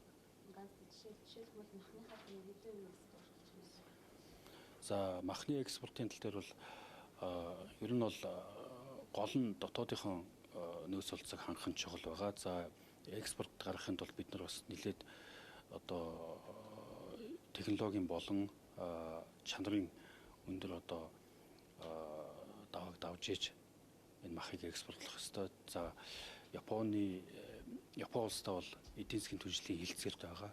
За энэ төсөл хэрэгжлээр бас Японы зах зээл бол бидэнд маш том боломж олгоно гэж бодож байгаа. За Японд бид нар мах экспортлох чадвал за дэлхийн зах зээл бидэнд бол нээлттэй болно гэж ойлгож байгаа. Хамгийн сүүл төрийн дэмжлэгтэй яамны зүгээс ямар хөдөө аж ахуйн чиглэлийн одоо томоохон үйлдвэрийг ашиглалтанд оруулсан бэ? Жишээлбэл тэр үйлдвэрийн ачаар хичнээн хүн бас ажлын байртай боловч гэдэг нэг сайн жишээлээч. За улсын хөгжлийн газрын хувьд бол яг улсын одоо нэгдсэн бодлого төлөлт хариуцж ажиллаж байгаа. За хөдөө аж ахуйн хүнс хөдөө аж ахуйн хөнгөн үйлдвэрийн яамтай бол энэ тал дээр бас нэлээд ажлуудыг хийгээд явж байгаа. За цаашид бол яг одоогийн байдлаар бол энэ яам дээр одоо энэ үйлдвэрүүдийн талаар бол тодорхой арга хэмжээнд аваад ажиллаж байгаа гэж ойлгож байгаа. За яамнаас бол тодорхой мэдээллүүдийг өгөх бах. Хүлдээ энэ Монгол улсын засгийн газраас одоо Япон улсын засгийн газарт хүсэл тавьсны дагуу энэ хөдөө аж ахуйн салбарын нэмийн өртгийн сүлжээний мастер төлөвлөгөө боловсруулах баримтчигт одоо гар үсэг зурлаа. Тэгээ энэ ажил дээр юу хийгдэх вэ гэхээр нэгсэндээ одоо Монгол улсад бол одоо хөдөө аж ахуйн салбарт ашиглаж чадахгүй маш их нөхцөл байна. Тухайлбал жишээ болгоод хэлэхэд гэхэд сүүний салбар дээр ихэд манайх бол дотоодын хэрэгцээгээ одоо 3, 4, 5 дахин одоо хангах бүрэн болцоотой байгаа боловч тэр нөөцийг бид нар ашиглаж чадахгүй дотоодын хэрэгцээнийхээ 50% л одоо үйлдвэр арга боловсруулсан сүнс бүтээгдэхүүнээр хангаж байна шүү дээ. Тэгэхээр энэ салбарт энэ хөдөө аж ахуйн салбарт энэ мал аж ахуйн салбарт энэ нэмийн өртгийн сүлжээг хөгжүүлэх зайлшгүй шаардлага байгаа нь харагдаад байна. Тэгээ энэ төслийн хүрээнд бид нар төслийг 3 жилийн хугацаанд хэрэгжүүлнэ 20 оны 1 сараас хэрэгжүүлээ явах юм байна. Төслийн хүрээнд нийтдээ 20 орчим загвар төслийг бол санхүүжүүлж хэрэгжүүлэх байгаа. Энэ нь ялангуяа одоо хүнсний ногооны салбар, мах, сүү, за энэ боловсруулах үйлдвэрлэлийн салбарт илүүтэй жижиг төслүүд бол хэрэгжинэ. За урьдчилсан байдлаар бол төслийн санхүүжилтийг бид хэд нэг 20 орчим сая доллар байх болов гэж тооцож байна. Тэгэж яагаад тэгж тооцож байна гэхээр төслүүдийн маань одоо загвар төслүүдийн маань төсөв за аль төрөлд ямар загвар төсөл хэрэгжүүлэх үү гэдэг судалгаа маань наривчилж гарч иж энэ төслийн санхүүжилтийн эцсийн дүн нэгтгэж гарах хэрэгтэй байна. Дархуул аймгийн шарын гол сумыг тохижуулах ажилд олон улсын байгууллагууд дэмжлэг үзүүлж байна. Тэр дундаа Япон улсын засгийн газраас шарын гол сумыг тохижуулах ажилд их хэмжээний хөрөнгө оруулалтыг хийж байгаа юм байна. Шарын гол сумын ерөнхий боловсролын 6 дугаар сургууль 1983 онд баригдсан. 2012 онд улсын төсвийн хөрөнгө оруулалтаар спорт зал, сургуулийн дээвэрт хэсэгчилсэн засварыг хийжээ. 35 жил ашиглаж байгаа тус сургуулийн цахилгаан, хэсэгчилсэн халаалт, цонхыг вакуум болгох зайлшгүй шаардлагатай болжээ. Тиймээс Японы засгийн газар болон элчин сайдад сумын захиргаа сургуулийн хамт олон төсөл бичиж илгээсэн нь энэхүү өнөөдөр биелэлээ болж байна. Тус сургуульд 200 сая төгрөгийн хөрөнгө оруулалт хийгдсэн байгаа. За энэ хөрөнгө оруулалтын ажилт бол дулааны шугамын хэсэгчилсэн засвар, цахилгааны бүрэн монтаж солигдсон байгаа. За мөн сургуулийн бүх цонхуудыг бол вакуум цонхоор солигдсон. Тэгээ энэ өвлийн хувьд бол дулааны алдагдал багтаа, дулааны шугамын засвар хийгдсэн учраас одоо хүүхдүүд багш нарыг ая тухтай орчинд сурч ажиллана гэж ойлгож байна. Өнгөрсөн жил төслийн багийнхантай тус сургуулийн хамт олон гэрээнд гарын үсэг зуржээ. Энэхүү өнөөдөр иж бүрэн засвар хийгдсэн сургуульдаа сургалт явуулах боломж нь бүрдэж байна. Цаашид тус сумын 17 дугаар цэцэрлэгт тулгамдж байгаа асуудалд хөрөнгө оруулалт хийж төсөл хөтөлбөр хэрэгжүүлэх талаар Япон улсын талтай мөн ярилцсан байна. За энэ хэвчээлийн жилд бол ямар зөвлөлтийн бэлтгэлийг өөрийнхөө нөөц болцоогоор одоо хангаж ажиллаж байна. Цаашид одоо манай тулгамж асуудал байна. Нэгдүгürt бол одоо барилгын дээрээс их ус цайснаас цахилгааны монтаж бол бүрэн одоо муудсан. Энэ бол хүүхдийн аюулгүй орчныг хангахад одоо бэрхшээлтэй байгаа. Хоёрт одоо мөн одоо дээрээс их ус цайснаас болж барилгын суулт их өгч барилгын одоо завсраар төбний завсраар одоо зай завсар гаж хүйтэн байгаа. А гуравдугаар олон жил болоод нэг засвар үйлчлэгээ ороогүй учраас ангийн цонхнуудыг илжилж ялзарч одоо агаар солилцоог бол оруулж болохгүй байгаа. Энэ хүсэлтийг Монгол улсад суугаа онц бөгөөд бүрийн эрхт элчин сайд хүлээн авч цаашид хэрэгжүүлэхэд анхаарлаа хандуулахаа илэрхийлжээ. Ингэснээр 8,000 гаруй хүн амтай шарын гол сумын сургууль цэцэрлэгийн тохижилт үйлчилгээ бүрэн ангагдаж хүүхэд багчууд ая тухтай орчинд сурч боловсрох боломж бүрдэнэ гэж үзэж байна. Монголын мэдээллийн хөтөлбөрийн зочны ярилцлагын цаг нийслэлийн хан гард ордноос үзэгч танд хүрдэг. За бид энэ удаад Улаанбаатар хотын 2040 он хүртэлх хөгжлийн ерөнхий төлөвлөгөөний тухай нийслэлийн засаг даргын 1-р орлогч Батбаясгалантай ярилцсан энэхүү ярилцлагыг хүлээн авч үзсэн үү. За энэ цаг мөчтөл нийслэлийн иргэдийн төлөөлөгчдийн хурлын одоо ээлжид хуралдаан болж байна. За хуралдааны харин дундуур одоо даргыг бас дуудаж нэвтрүүлэгт оролцуулж байна. За гаргасан баярлалаа. За ер нь бол Улаанбаатар хотыг 2020 одоо хүртэлх хөгжүүлэх одоо концепц батлагдаад ер нь ингээд эх жил дуусчихж байгаа бах тий. За үргэлжлүүлээд одоо яах вэ?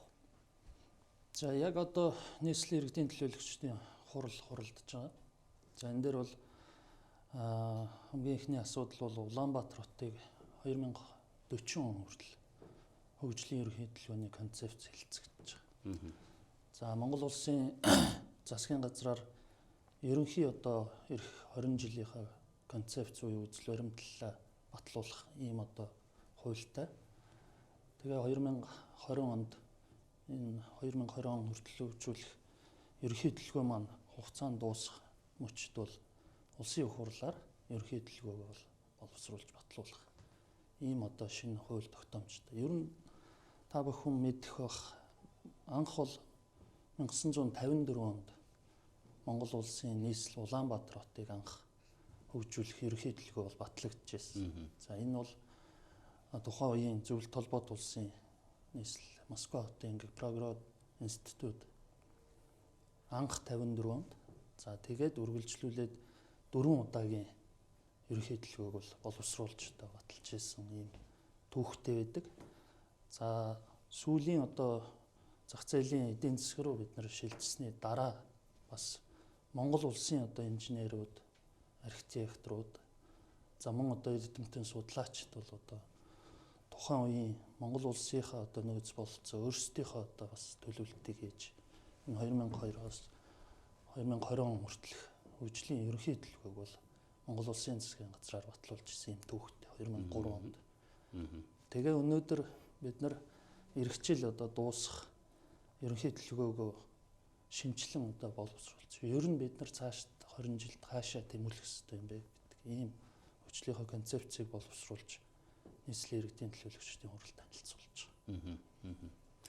За 20 он хүртэлх хөгжлийн төлөвлөгөөний одоо биелэлт гэдэг юм уу те? Ер нь ямар төвшөнд явагдсан бол те? Ер нь бол яг одоо энэ суурь судалгаа маань сүүлийн үндсэндээ 3 жилийн хугацаанд явагдаж байгаа. 2017 оноос хойш 18, 19 гээд. За энэ одоо үе шатуудад бол энэ суурь судалгаа хийх одоо эхний суурь судалгаа бол ерөөсөө үнэлт өгөлтөх. Яг өнөөдөр бид нар энэ 2002-оос 2020 он хүртэл Улаанбаатар хотыг хөгжүүлэх ерөнхий төлөвлөгөө маань ер нь ямар хэмжээнд яваа. Ямар одоо төвшөнд хүрсэн гэдэг энэ одоо судалгаа маань бол үнэлт өгөлт маань өгсөн.